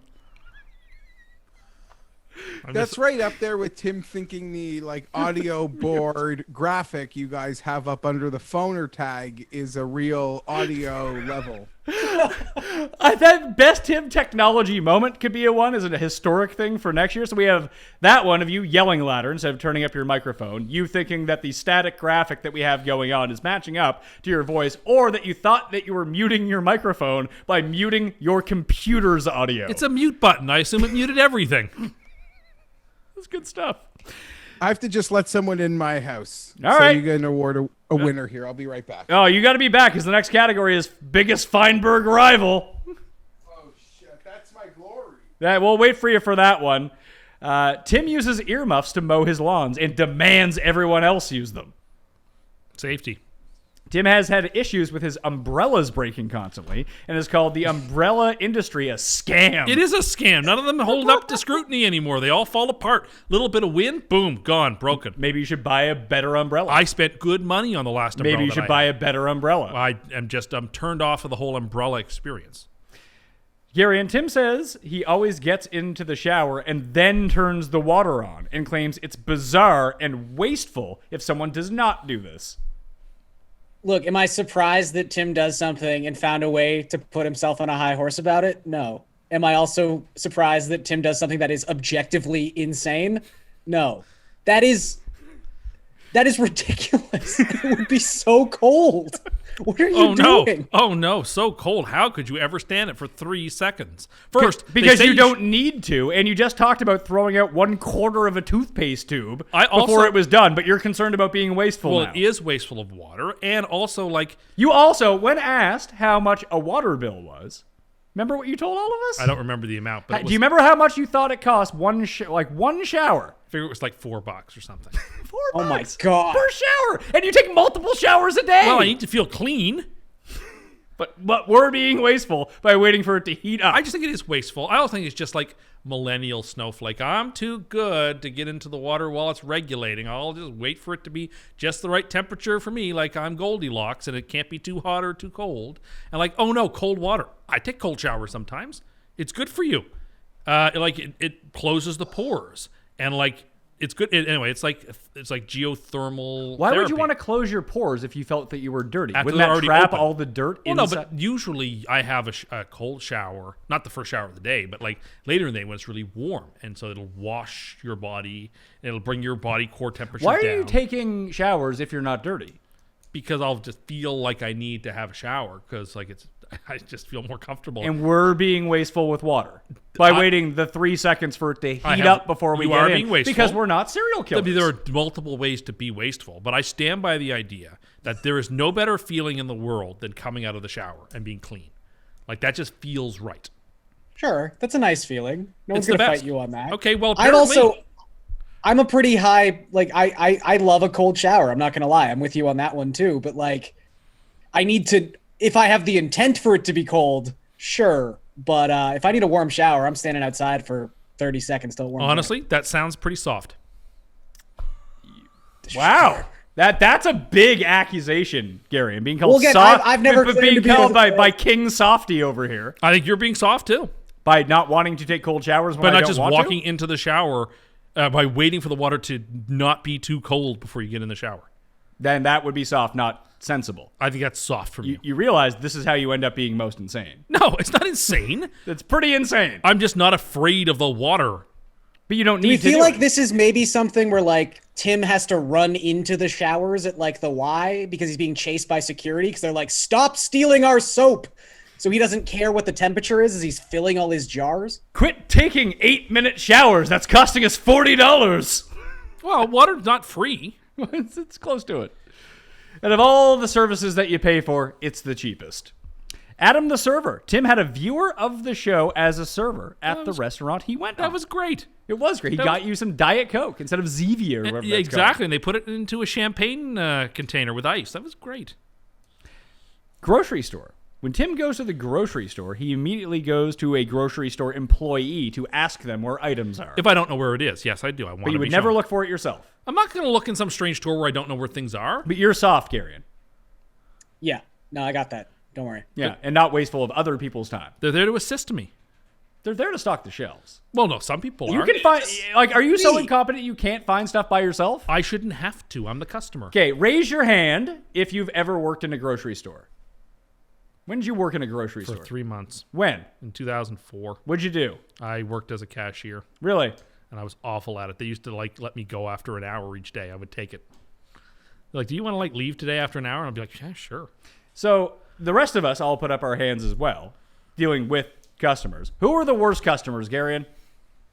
The ones who constantly need your help.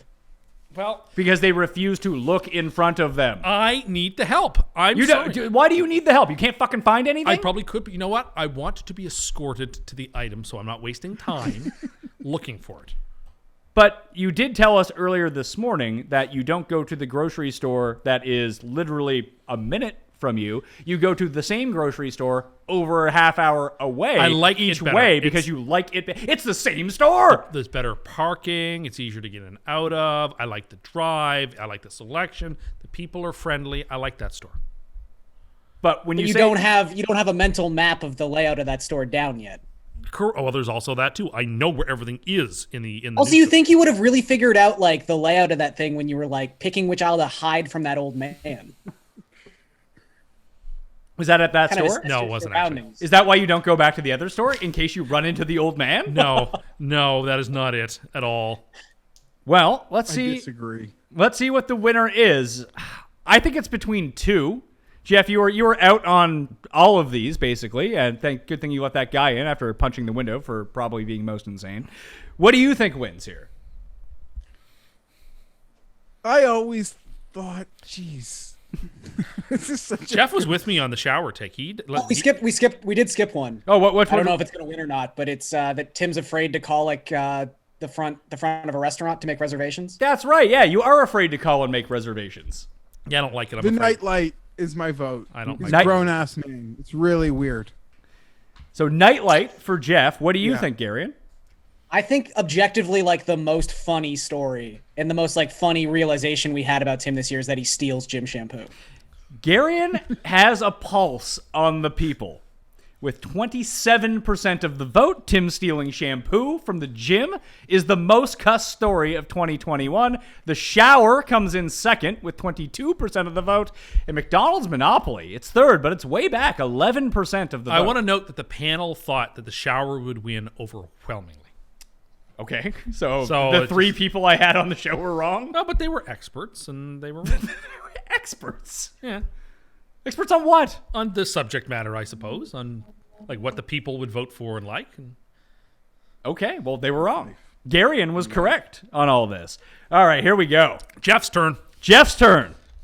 Biggest Fienberg rival of the year is up next. Now, if you've been a Fienberg rival in the past, you are no longer eligible to be on this list. It has to be a new rival every single year. So the nominees are Jason Sobel, golf writer for the Action Network, has been mocked for having Darren Rovell as a coworker. Because Darren Rovell, as we know about this category, you cannot be on the ballot twice. Darren Rovell, the first winner of Fienberg's biggest rival, now finding ways to infiltrate every subsequent year as we go forward, Jeff. Have you made amends with Darren Rovell yet? Because I think the Fienberg-Rovell show at Action Network might be the show of the century. Honestly, he wishes. Sobel.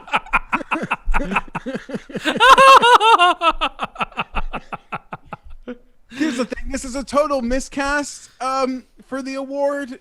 They all are, aren't they? An honest miscast, and maybe he can be part of a greater conversation and a few nominees down, but a total miscast here. I have no beef with Sobel. If anything, apparently, Pat, in like the golf community, he's on like a Cust level of being able to just curse guys. Oh, But I have no, which is, yeah, I don't know. People bring like, I'm only worried about an Andercurse. I'll pick a guy. People will tell me about that. But I have no beef with Sobel, but I'm sure for everyone over there, having Rovell as a coworker is upsetting. This is the one that got my vote. Me too. No Laying Up. The podcast providing fresh discussion on all things golf had a hoodie for a golf initiative that... Wrong! Not correct? I mean, Jeff went out to buy an LPGA sweater Wrong. just to prove them wrong. No! Again, you're wrong. I wish this should be the winner, but it's unfortunate that the facts are not being represented properly. Okay? Before any beef with No Laying Up, and I will just get it out of the way quickly. Big Randy and Tron, like, we're good. Okay, there's even been incidents at positive things at First Watch breakfast joints, okay, in Palm Beach. Good. But that guy that runs their Twitter, Solly, oh my god, soft as baby shit, pretentious little fuck. Put it out there. Paul, you have a comment on this? Can I recast my most insane vote? Like, he Sure. bought an LPGA sweater. No, now let me go back and tell the story. I just want it represented. If it was represented properly, I wouldn't be so angry. Now, okay, hear me out. I ordered this LPGA for like golf is for everyone hoodie long before a thing showed up. For charity, for inclusion in the game of golf. I am pro all of that. I've got 2 little girls. Golf is for everybody. Okay? Ordered that long ago. With COVID and delays, it was a popular hoodie. Me getting it was delayed. But the timing of its arrival, it's like you wrote it in a movie. So I don't know if you guys recall, but this pretentious little, whatever. These guys are losing their minds that golf switched from a women's major that featured 2 fantastic, lovely, super talented South Korean women and pushed it from NBC to Golf Channel because in an Olympic year, they had a Simone Biles Olympic trial. These guys were like losing their minds. Okay, this one guy, we should just leave it at Sully. Okay? This pretentious little fuck who's in a Charles Schwab commercial pretends like he doesn't understand how this thing's supposed to work. But here's the kicker. I'm accused by this guy of being part of the problem, of not supporting women's golf. The day that accusation is levied on me, my sweatshirt arrives. Boom! And what did you I don't do? think spending a couple bucks, making a donation, getting a hoodie means you're some patron saint. But there is irony that just drips from it. Again, they got negative feedback that they chose to block me, Sully, from this. Like, What did you do? Backfire! When you got the Backfire! sweater, what did you do with it? Were you gracious? Or did you make? What did you do when you got the sweater, Jeff? What did you do with it? When it arrives the same day, this guy's calling me part of the problem. Like, I'm not on here promoting golf, not in his pretentious ways. Like, I haven't been in my own little niche little way, being Mayo's dingleberry, have the opportunity to just, spew the gospel of golf.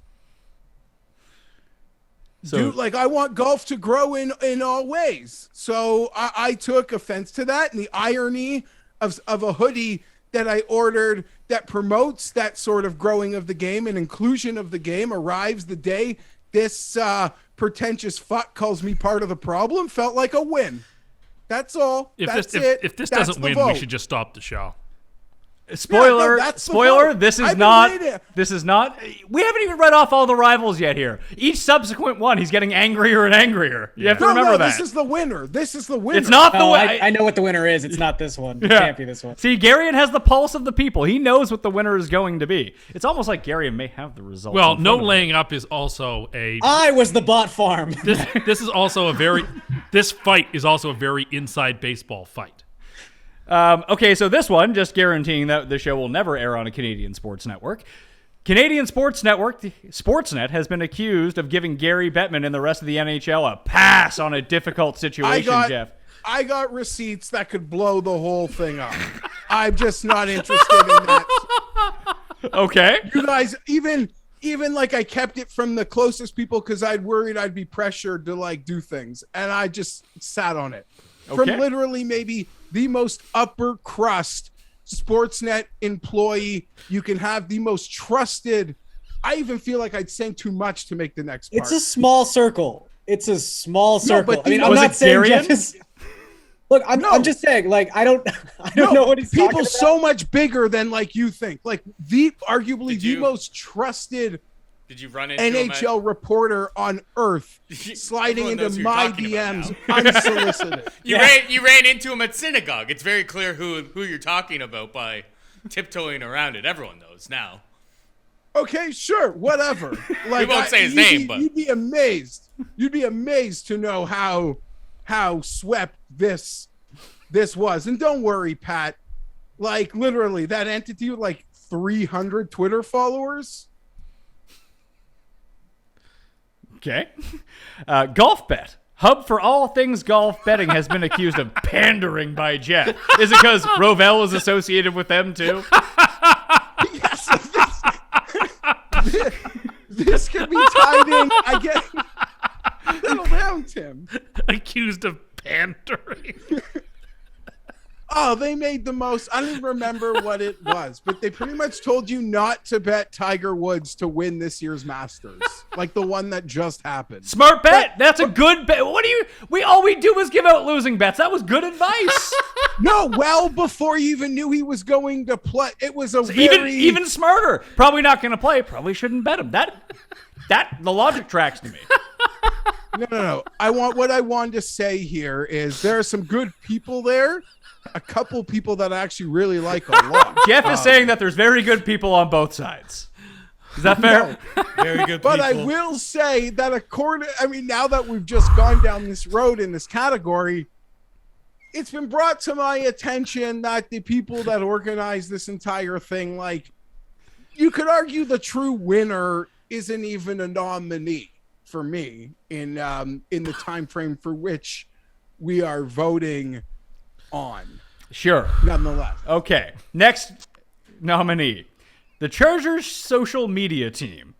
They declined to post the Monday press conferences from week 9 on. This has upsetting- to win. This actually is going to win. Not that it should Yeah, I was win. gonna say. This literally is going 5 to win. minutes ago, you said one other thing had to win. Yeah. That's right. You don't need to look at Garion in the screen. You're by the right, way. though, Gary. Now you're turning into Cam.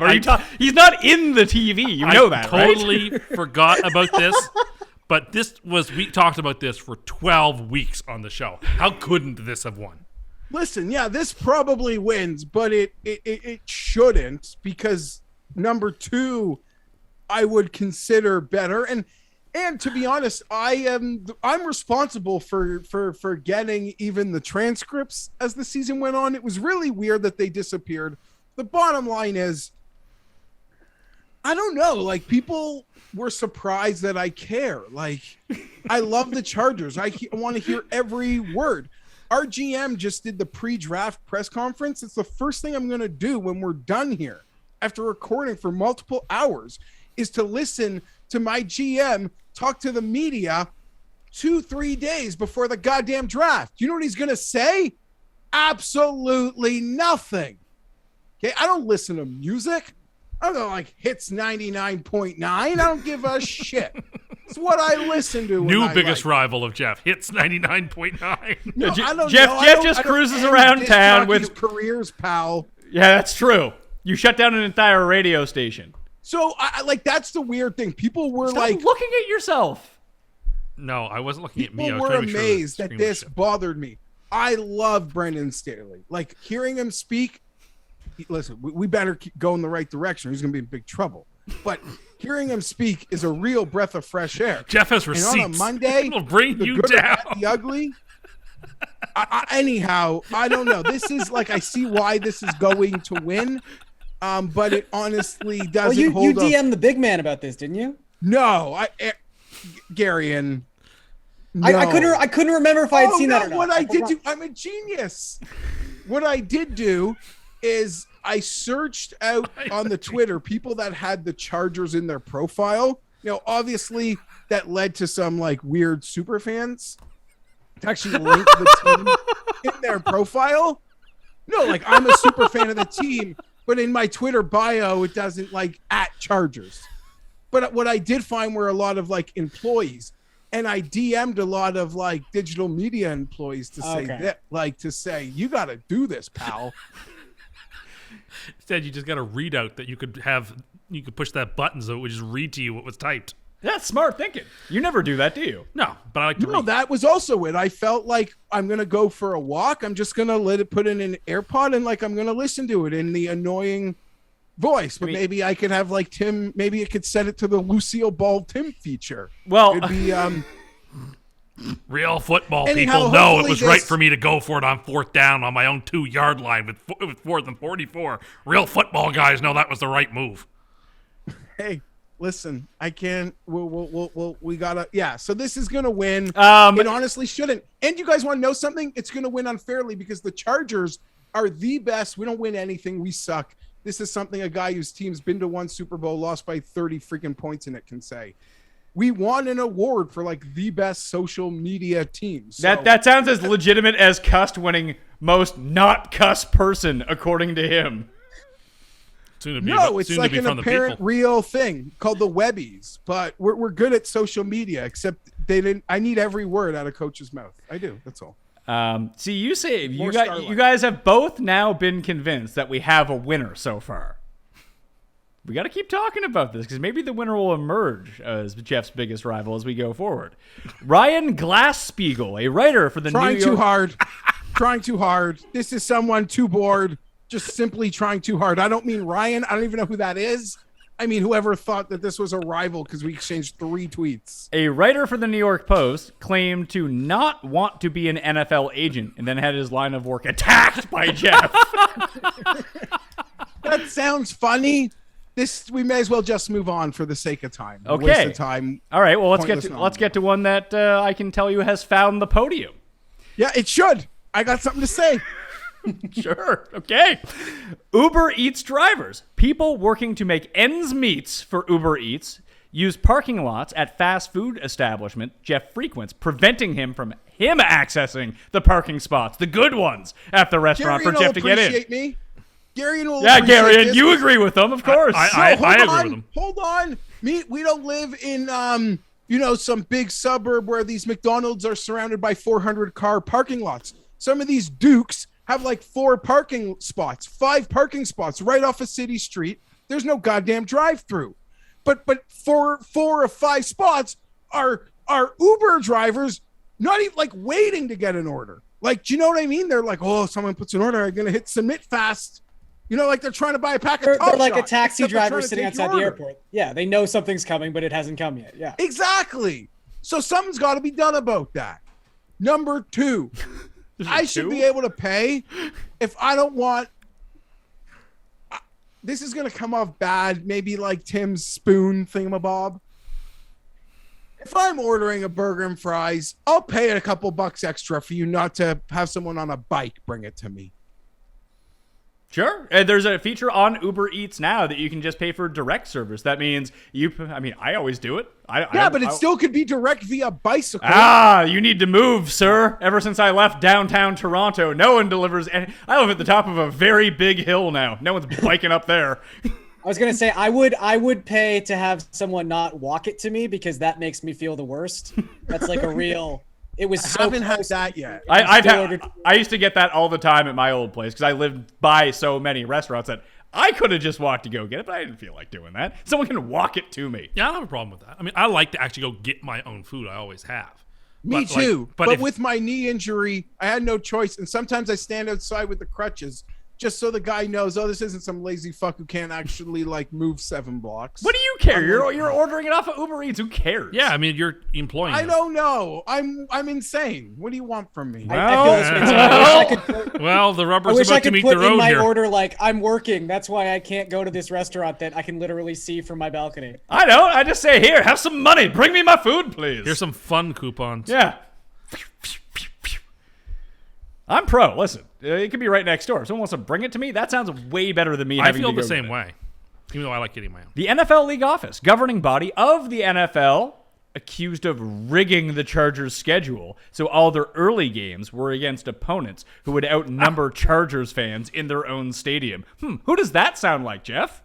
Yeah, no, listen, this was probably said more in jest. I just would have thought that the league, like the Chargers, they're such fucking low rent that they didn't need to make their first game in the stadium against Dallas. They could have they could have at least given them an opponent that's on their schedule that, wouldn't overwhelm the stadium wise for their first ever That team game. doesn't exist.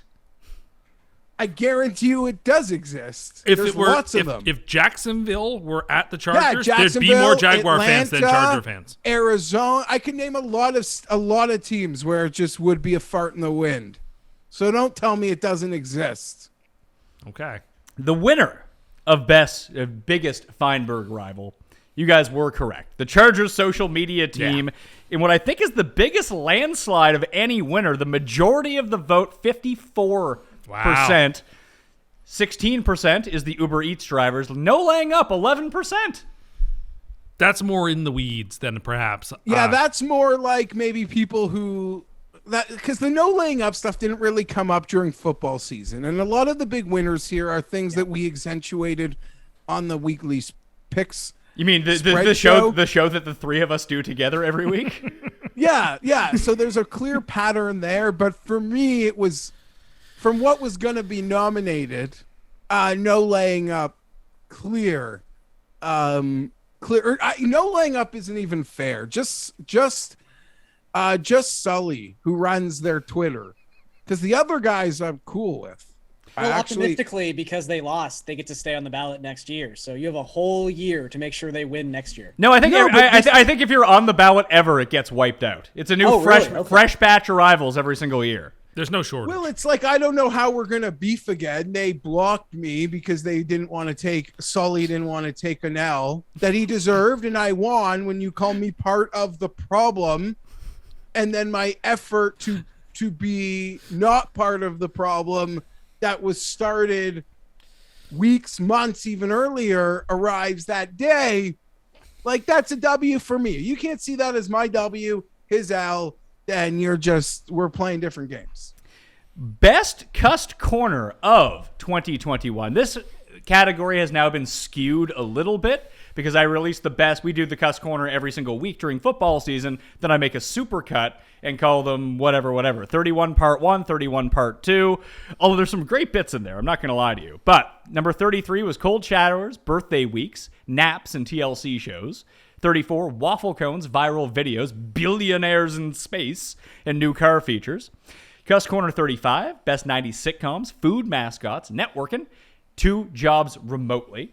And then 36A was Safety Tips, Gym Shampoo Stealing, Getting Recognized, and Tim Too Soft.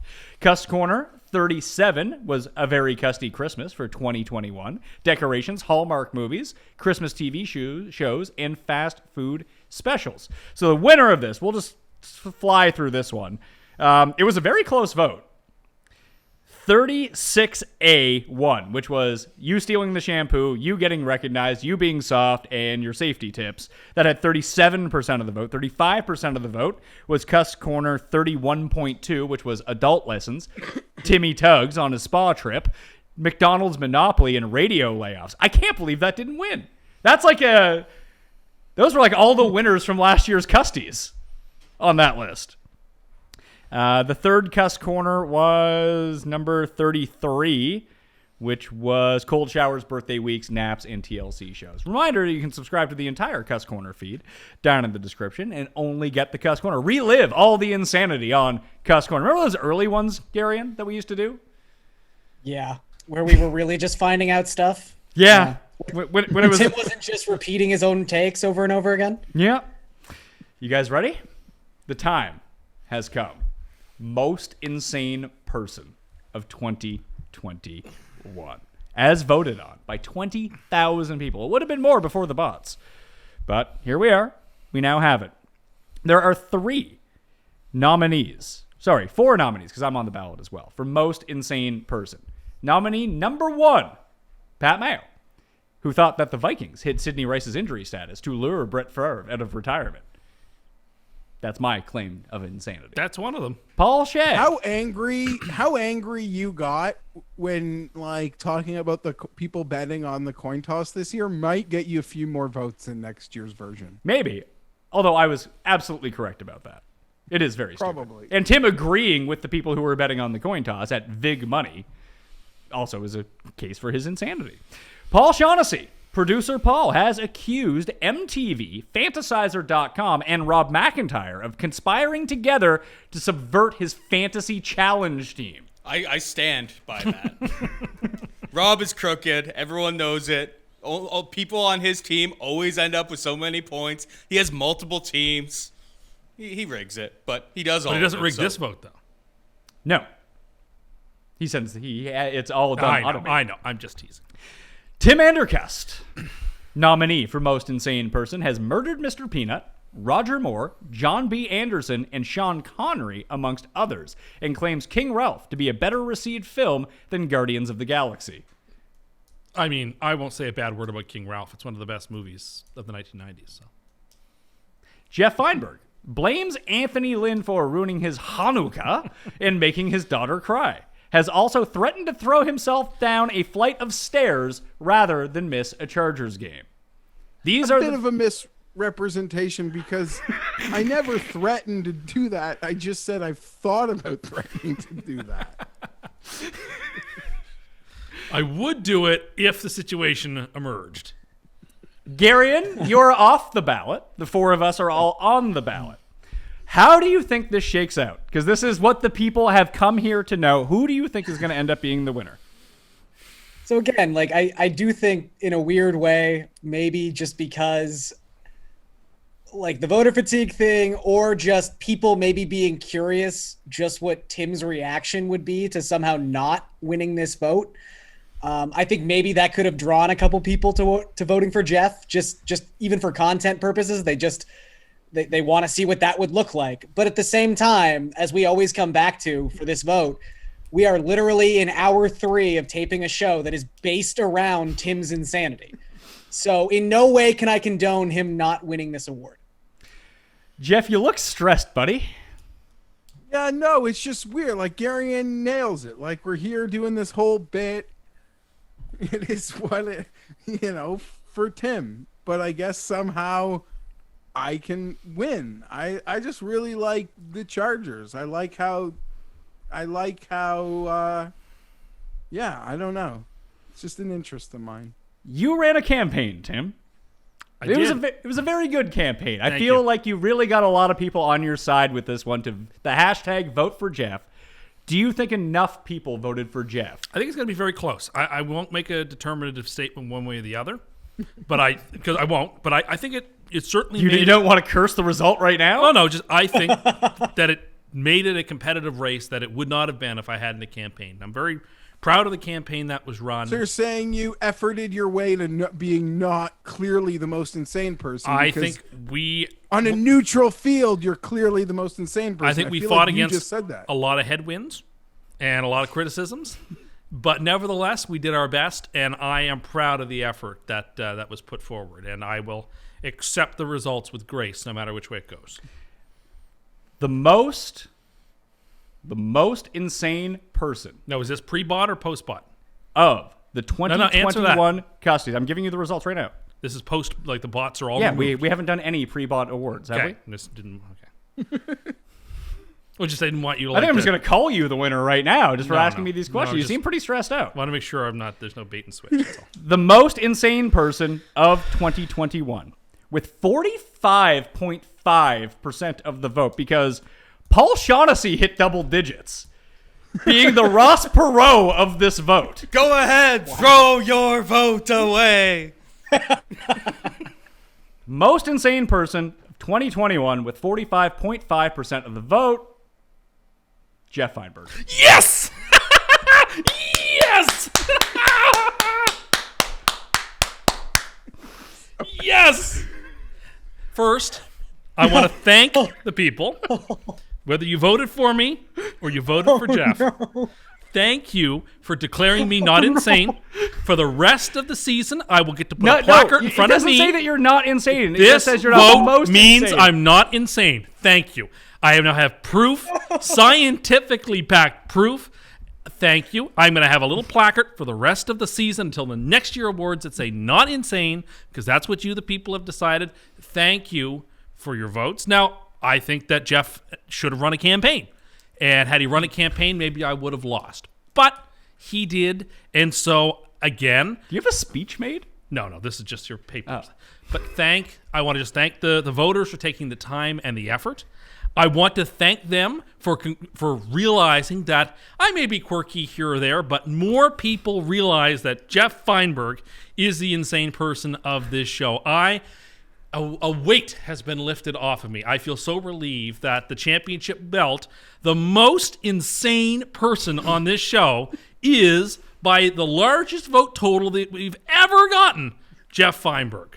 Congratulations, buddy. I wish you the best of luck wearing this title. Should we go to Geoff, or Paul, do you have something to say? That's what I was going to ask. Does Geoff have a concession speech? You guys are going to regret this. Oh, that sounds like a crazy person. Don't do that. Tell them they'll live to regret this. Like, everything that happens now, he's just going to throw back at, like... You all said I'm not crazy. You all said I'm not crazy. like Garion. Oh, you said you don't get in the shower? Yeah. You get in the shower right away and don't wait for 10 seconds? Well, the people adjudicated that's not crazy. Garion. Because if I did it, it'd be crazy. Yeah. And they didn't vote me crazy.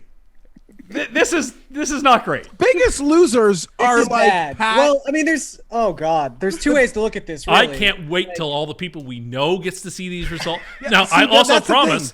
thing. No. This is like PricewaterhouseCoopers. I know this show is coming out on the 9th of May. Obviously, I won't leak a word of the How results. do I live with this? I will for not 2 say weeks? a word. I won't reveal in any way, shape, or form that I won. Hold on. Garion, can I reveal something Yeah. to you? I misspoke. Those were the pre-bot purge votes. Amazing. The winner of most Moonlight insane his ass. by a margin of 44.2% to 43.5%, Tim Andercust! Okay. So, you ask why I asked. You ask why I asked to start with as to whether this was pre-bot or post-bot. And it was because I was afraid that this type of bait and switch would be pulled. And so, I mean, there were 2 vote totals, and as far as I'm concerned, according to some mathematics, I won. Well, And what would be those mathematics? The results that you decided were not legitimate?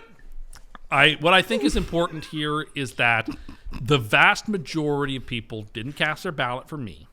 They cast their ballot for others. By some metrics, I won. By some metrics, I lost. By no metric, you won, except for the votes that you paid for. I also kind of thought that this would happen, that there would be a bait switch. There, you had an inkling, but it was there. I was, but I feel like I diffused that pretty kept quickly. Your composure through the potential bait and switch. I won. Well, because you had told me I had won, and you lied to me.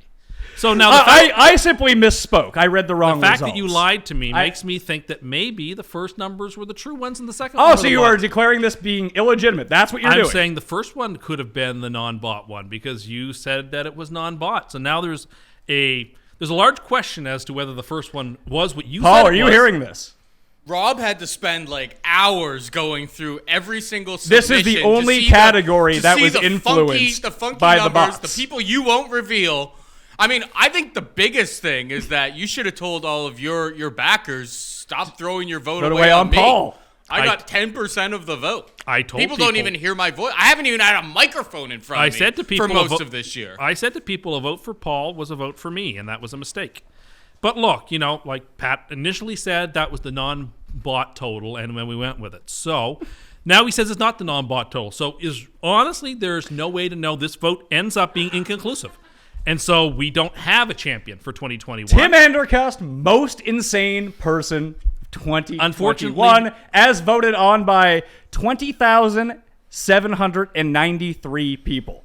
I think the fact that even under this metric, that it was within a percentage point, tells you... Is this the best year? This was your shot. You had one shot, and you got mom spaghetti everywhere. What I'm saying is that I need to convince 300 No. See, I completely disagree. This is the closest you're ever getting. It's going back to 80-20 next year. Maybe. Or maybe there'll be enough people who feel so awful about the bait and switch that was just pulled that there will be an outcry of people who vote not for me, but for somebody else in order to deliver. Look, I accept the results. I was lied to. I knew that was going to happen too. You really? Why I was asking questions, because I knew. But then as it diffused, I thought, okay, well, I guess this is true. I kind of assumed you wouldn't lie to me when you said that you weren't doing pre-bot. And I got excited because I thought I won. This is a La La Land versus, what was that terrible movie? Moonlight. That's what happened. And I graciously, like the executive producer of La La Land, hand the trophy over to Geoff, the winner. And but you're the winner. Well, I congratulate Geoff on not having to wear the collar the way that it looked like he was going to. Do I get your nameplate or something that you ordered?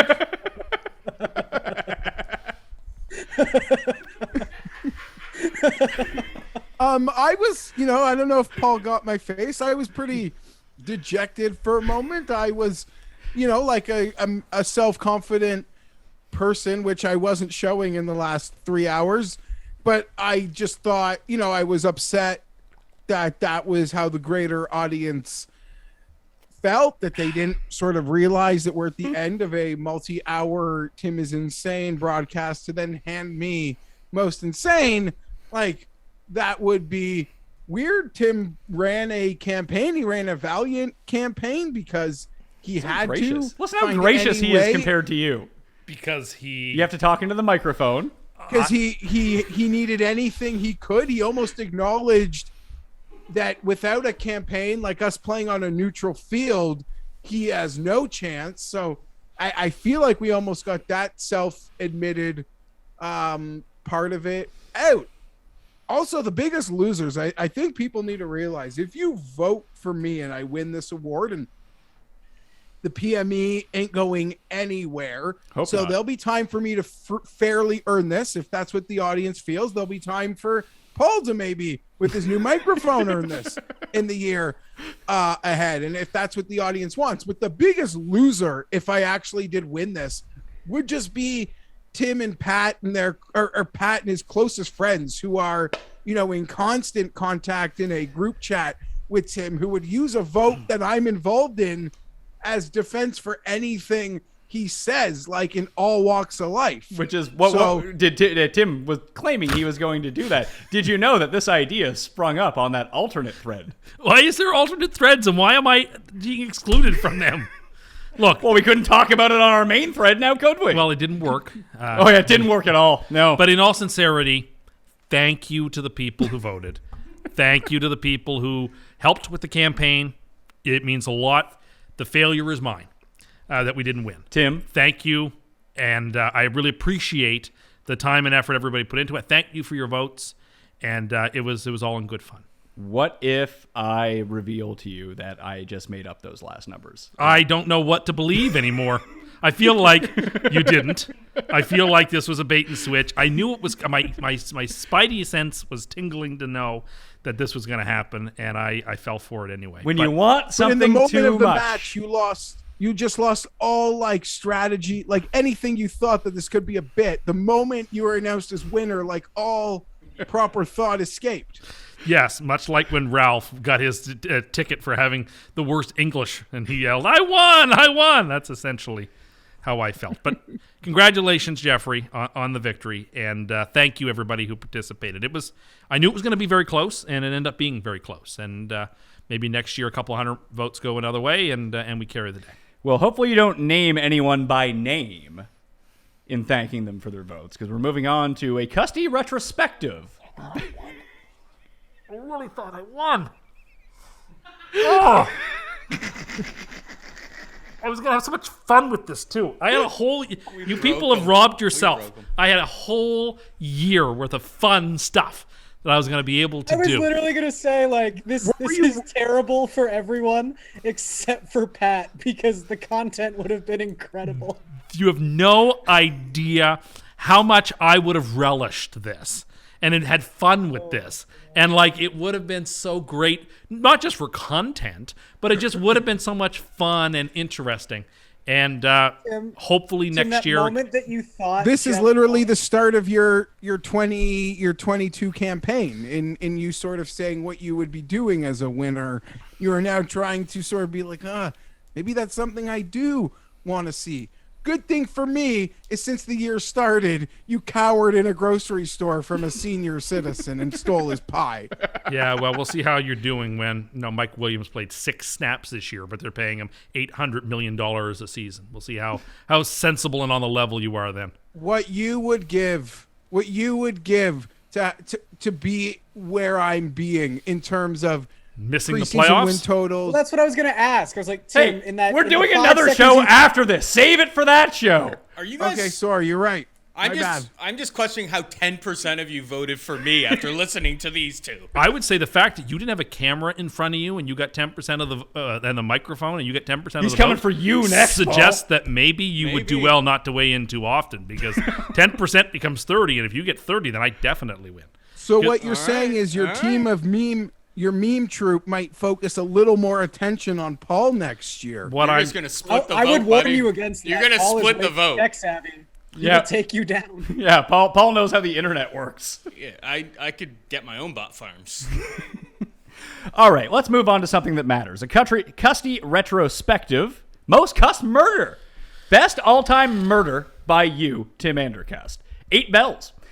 A horse selected by Tim to win the 2008 Kentucky Derby. After finishing second, she was put down on the track. John B. Anderson, candidate for the 1980 presidential election, was mentioned out of the blue by Tim on a show. He died later that week. Roger Moore, actor known for his portrayal of James Bond, as well as appearing in The Saint. Tim watched all the Roger Moore Bond films, and Mr. Moore proceeded to die the next day. The New England Patriots. Wait, where are we going with this here? There's nothing there. I think it's just a typo. No, that's just a typo. Okay, Mr. Peanut. Logo for Planters Peanuts has long been declared, quote, a pillar of coolness and pizzazz by Tim. He was murdered in a commercial and replaced with a younger Peanut. The Night King. Tim said there was no chance the Night King would perish at the Battle of Winterfell on Game of Thrones. Spoiler, he did. Larry Tesler. The man who developed Control X shortcut for keyboards. He died directly after Tim discovered the shortcut on his computer. Sean Connery, the actor who portrayed a variety of famous characters such as James Bond and Henry Jones Senour, was brought up by Tim on the Pick Show. He died soon after. Medina Spirit, selected by Tim to win the Preakness, perished before being able to complete the race. John Madden, as we alluded to earlier, died after Tim got his hands on a copy of Madden 2022, which is the first Madden game you had since when? It's been quite some time. I don't know the exact date. It's been quite some time.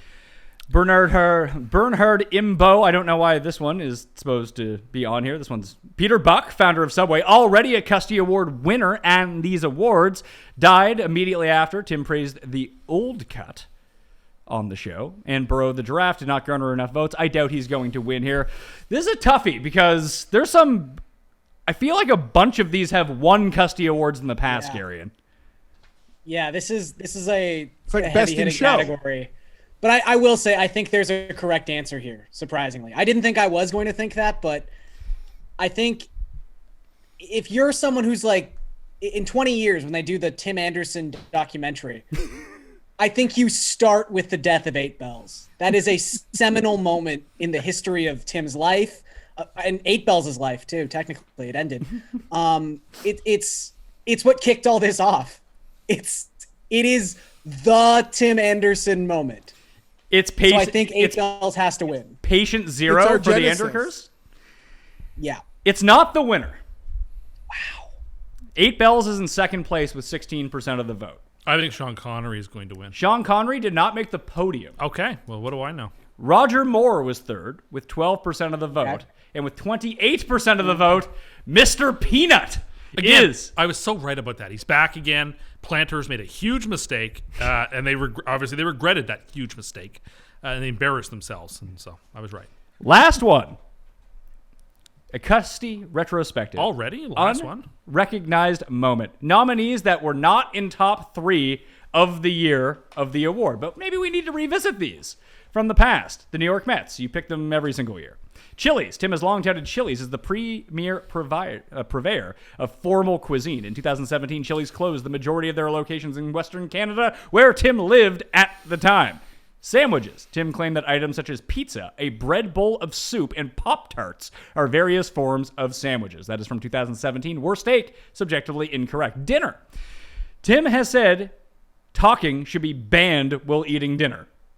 You still agree with that? I agree with all of these things. The New England Patriots. The most successful franchise of the 21st century, success has been discredited by Tim as being due to, quote, luck. It feels like so long ago when I had such deep resentment for the Patriots. It's all like melted away now. SpaghettiOs. You called SpaghettiOs top-tier Italian cuisine. It's so good. It's so good. The movie Cats. Oof. A film about the Broadway musical of the same name. You said that it was going to be outstanding. It was a critical disaster and nominated for 7 Golden Razzie Awards, winning 6 of them. I was just wrong about that. King Ralph. Tim claimed King Ralph was universally seen as one of the top comedic films of the 1990s. The film has a 25% grade on Rotten Tomatoes with reviews of only 12 critics. I don't think it's that bad. No, but it's really funny. It's okay. Greg Williams. In a game against the Las Vegas Raiders, at the time, the winless New York Jets were leading 28-24, with 5 seconds remaining in the contest. Gary, do you remember this, Jeff? Jeff's on his phone. Oh yes, that's correct. He's tweeting No, out. what He's do you- tweeting I'm out the reading results. The listers on my phone. Tim exclaimed, "We're gonna win!" on Twitter, which led to Greg Williams dialing an all-out blitz and the Raiders completing a 46-yard TD pass with no time remaining for the victory. Williams was fired. You're fired. The next day, Guardians of the Galaxy. Tim claimed no one watched any film. Tim claimed that nobody watched any film Guardians of the Galaxy appeared in. This despite the 4 films they appeared in, generating over $6 billion in box office revenue, and their original film being ranked by Empire Magazine as the 34th best film of all time. Again, I have no recollection saying that, and I do not agree with it. So, Garion, Tim called Rick Moranis a top-tier influencer. Later is that this week, funny? Moranis was assaulted on a New York City street for just standing there. Apparently the nicest man in the world. I bet he left is. acting to take care of his children after his wife's death. Just generally regarded as a nice guy. And Tim felt out of nowhere to just curse him. Pass interference. Tim said that if he was defending NFL receiver Keenan Allen, per example, he would merely commit pass interference and push Keenan Allen over to prevent a touchdown. In the end, in the red zone, yeah. So, what are we thinking? We're looking back in time. These are all nominees that didn't finish on the podium of that year. So if you go back in time and watch the Custies, imagine what the takes that won were that year if these ones didn't win. I remember feeling so strongly that the Rick Moranis thing was going to win its category, and the fact it didn't even appear on the podium, I'd forgotten about that. I feel like that one and Pass Interference are the two that like stick in my mind forever. Rick Moranis got my vote for this one, but Rick Moranis once again fails to reach the podium. It did in the pre-bot surge. This is one, just Rick Moranis was a big vote getter for the bot farm, but not when the actual results came out. Number 3, SpaghettiOs being fine Italian cuisine. Well, it is. Number 2, Tim can commit pass interference with 18% of the vote. Number 1, Guardians of the Galaxy, 25%. Again, I don't even remember saying it, and I don't agree with the take. So you don't agree with yourself? If I said that, I completely was off base. I don't recall it. I don't stand by it. Is Rob making this one up, Paul? Because I don't remember it either. I think Rob, you probably said it like in passing one time, but like Rob has been big time mad about it. He has been. He's been mad about that. He's been making up numbers on the votes. Oh, now you're Oh, saying so the now- vote. No, I'm just after teasing. your concession I'm speech, just now teasing. you're saying I'm just that, teasing. that it was rigged. I'm just teasing. Well, that's it. Those are the Custy Awards. Wow, that 5 hours flew by. I think people are going to enjoy this. Oh, no. They're all going to jump to 155.13 of this show to see what the results are going to be. For a shining moment, it was fun. We've got some good celebration gifts. There were, again, it would have been you so celebrating. much fun for you guys. So you're saying Do you feel like that's how you'll feel if the Jets ever win a Super Bowl? Like the 5 seconds you got to experience there? Yes, I do think so. I don't even allow myself, Garion, to dream about that because it seems so unrealistic. I think I would just cry for a long time. someone could turn that like 40 seconds into a one with the one shining moment playing in the background, it'd be pretty good. All I'll say is you better campaign hard next year, Geoff, because you ain't seen nothing yet. Oh, he's coming You back. better stop fighting seniors and cowering in grocery stores so I don't need a campaign. Okay. Well, there you go. He's not going to Wisconsin. He doesn't. You guys put a shot across his bow to make him within a percentage point of me, and he still doesn't respect you. Well, he won. I didn't say that. I just said you do enough things. Some of the stuff can just take care of itself. All right. I thought you were coming after me. No, I'm not coming after you. There's only one rival. He's scared to go after Paul. I know what I'm doing. I'd be scared. All right, that will do it on the Pat Mayo Experience. I want to thank everyone for being here. Lots of fun, lots of laughs. Remember to share the show around, tell a few people, because the Custy Awards are some of the biggest laughs that you're going to get, at least on this show of the year. I can't really comment on other shows that you may watch, whether they're funny or not. They probably are, but this was a good time for us, for all the viewers out there and all the listeners. I hope it was a good time for you too. Rate and review the show, smash the like, share it around, and subscribe to the Cust Corner exclusive feed on Apple Podcasts, on Spotify. For Tim, Gary, and Geoff, I'm Pat Mayo. I'll see you next time. Mayo Experience! Experience!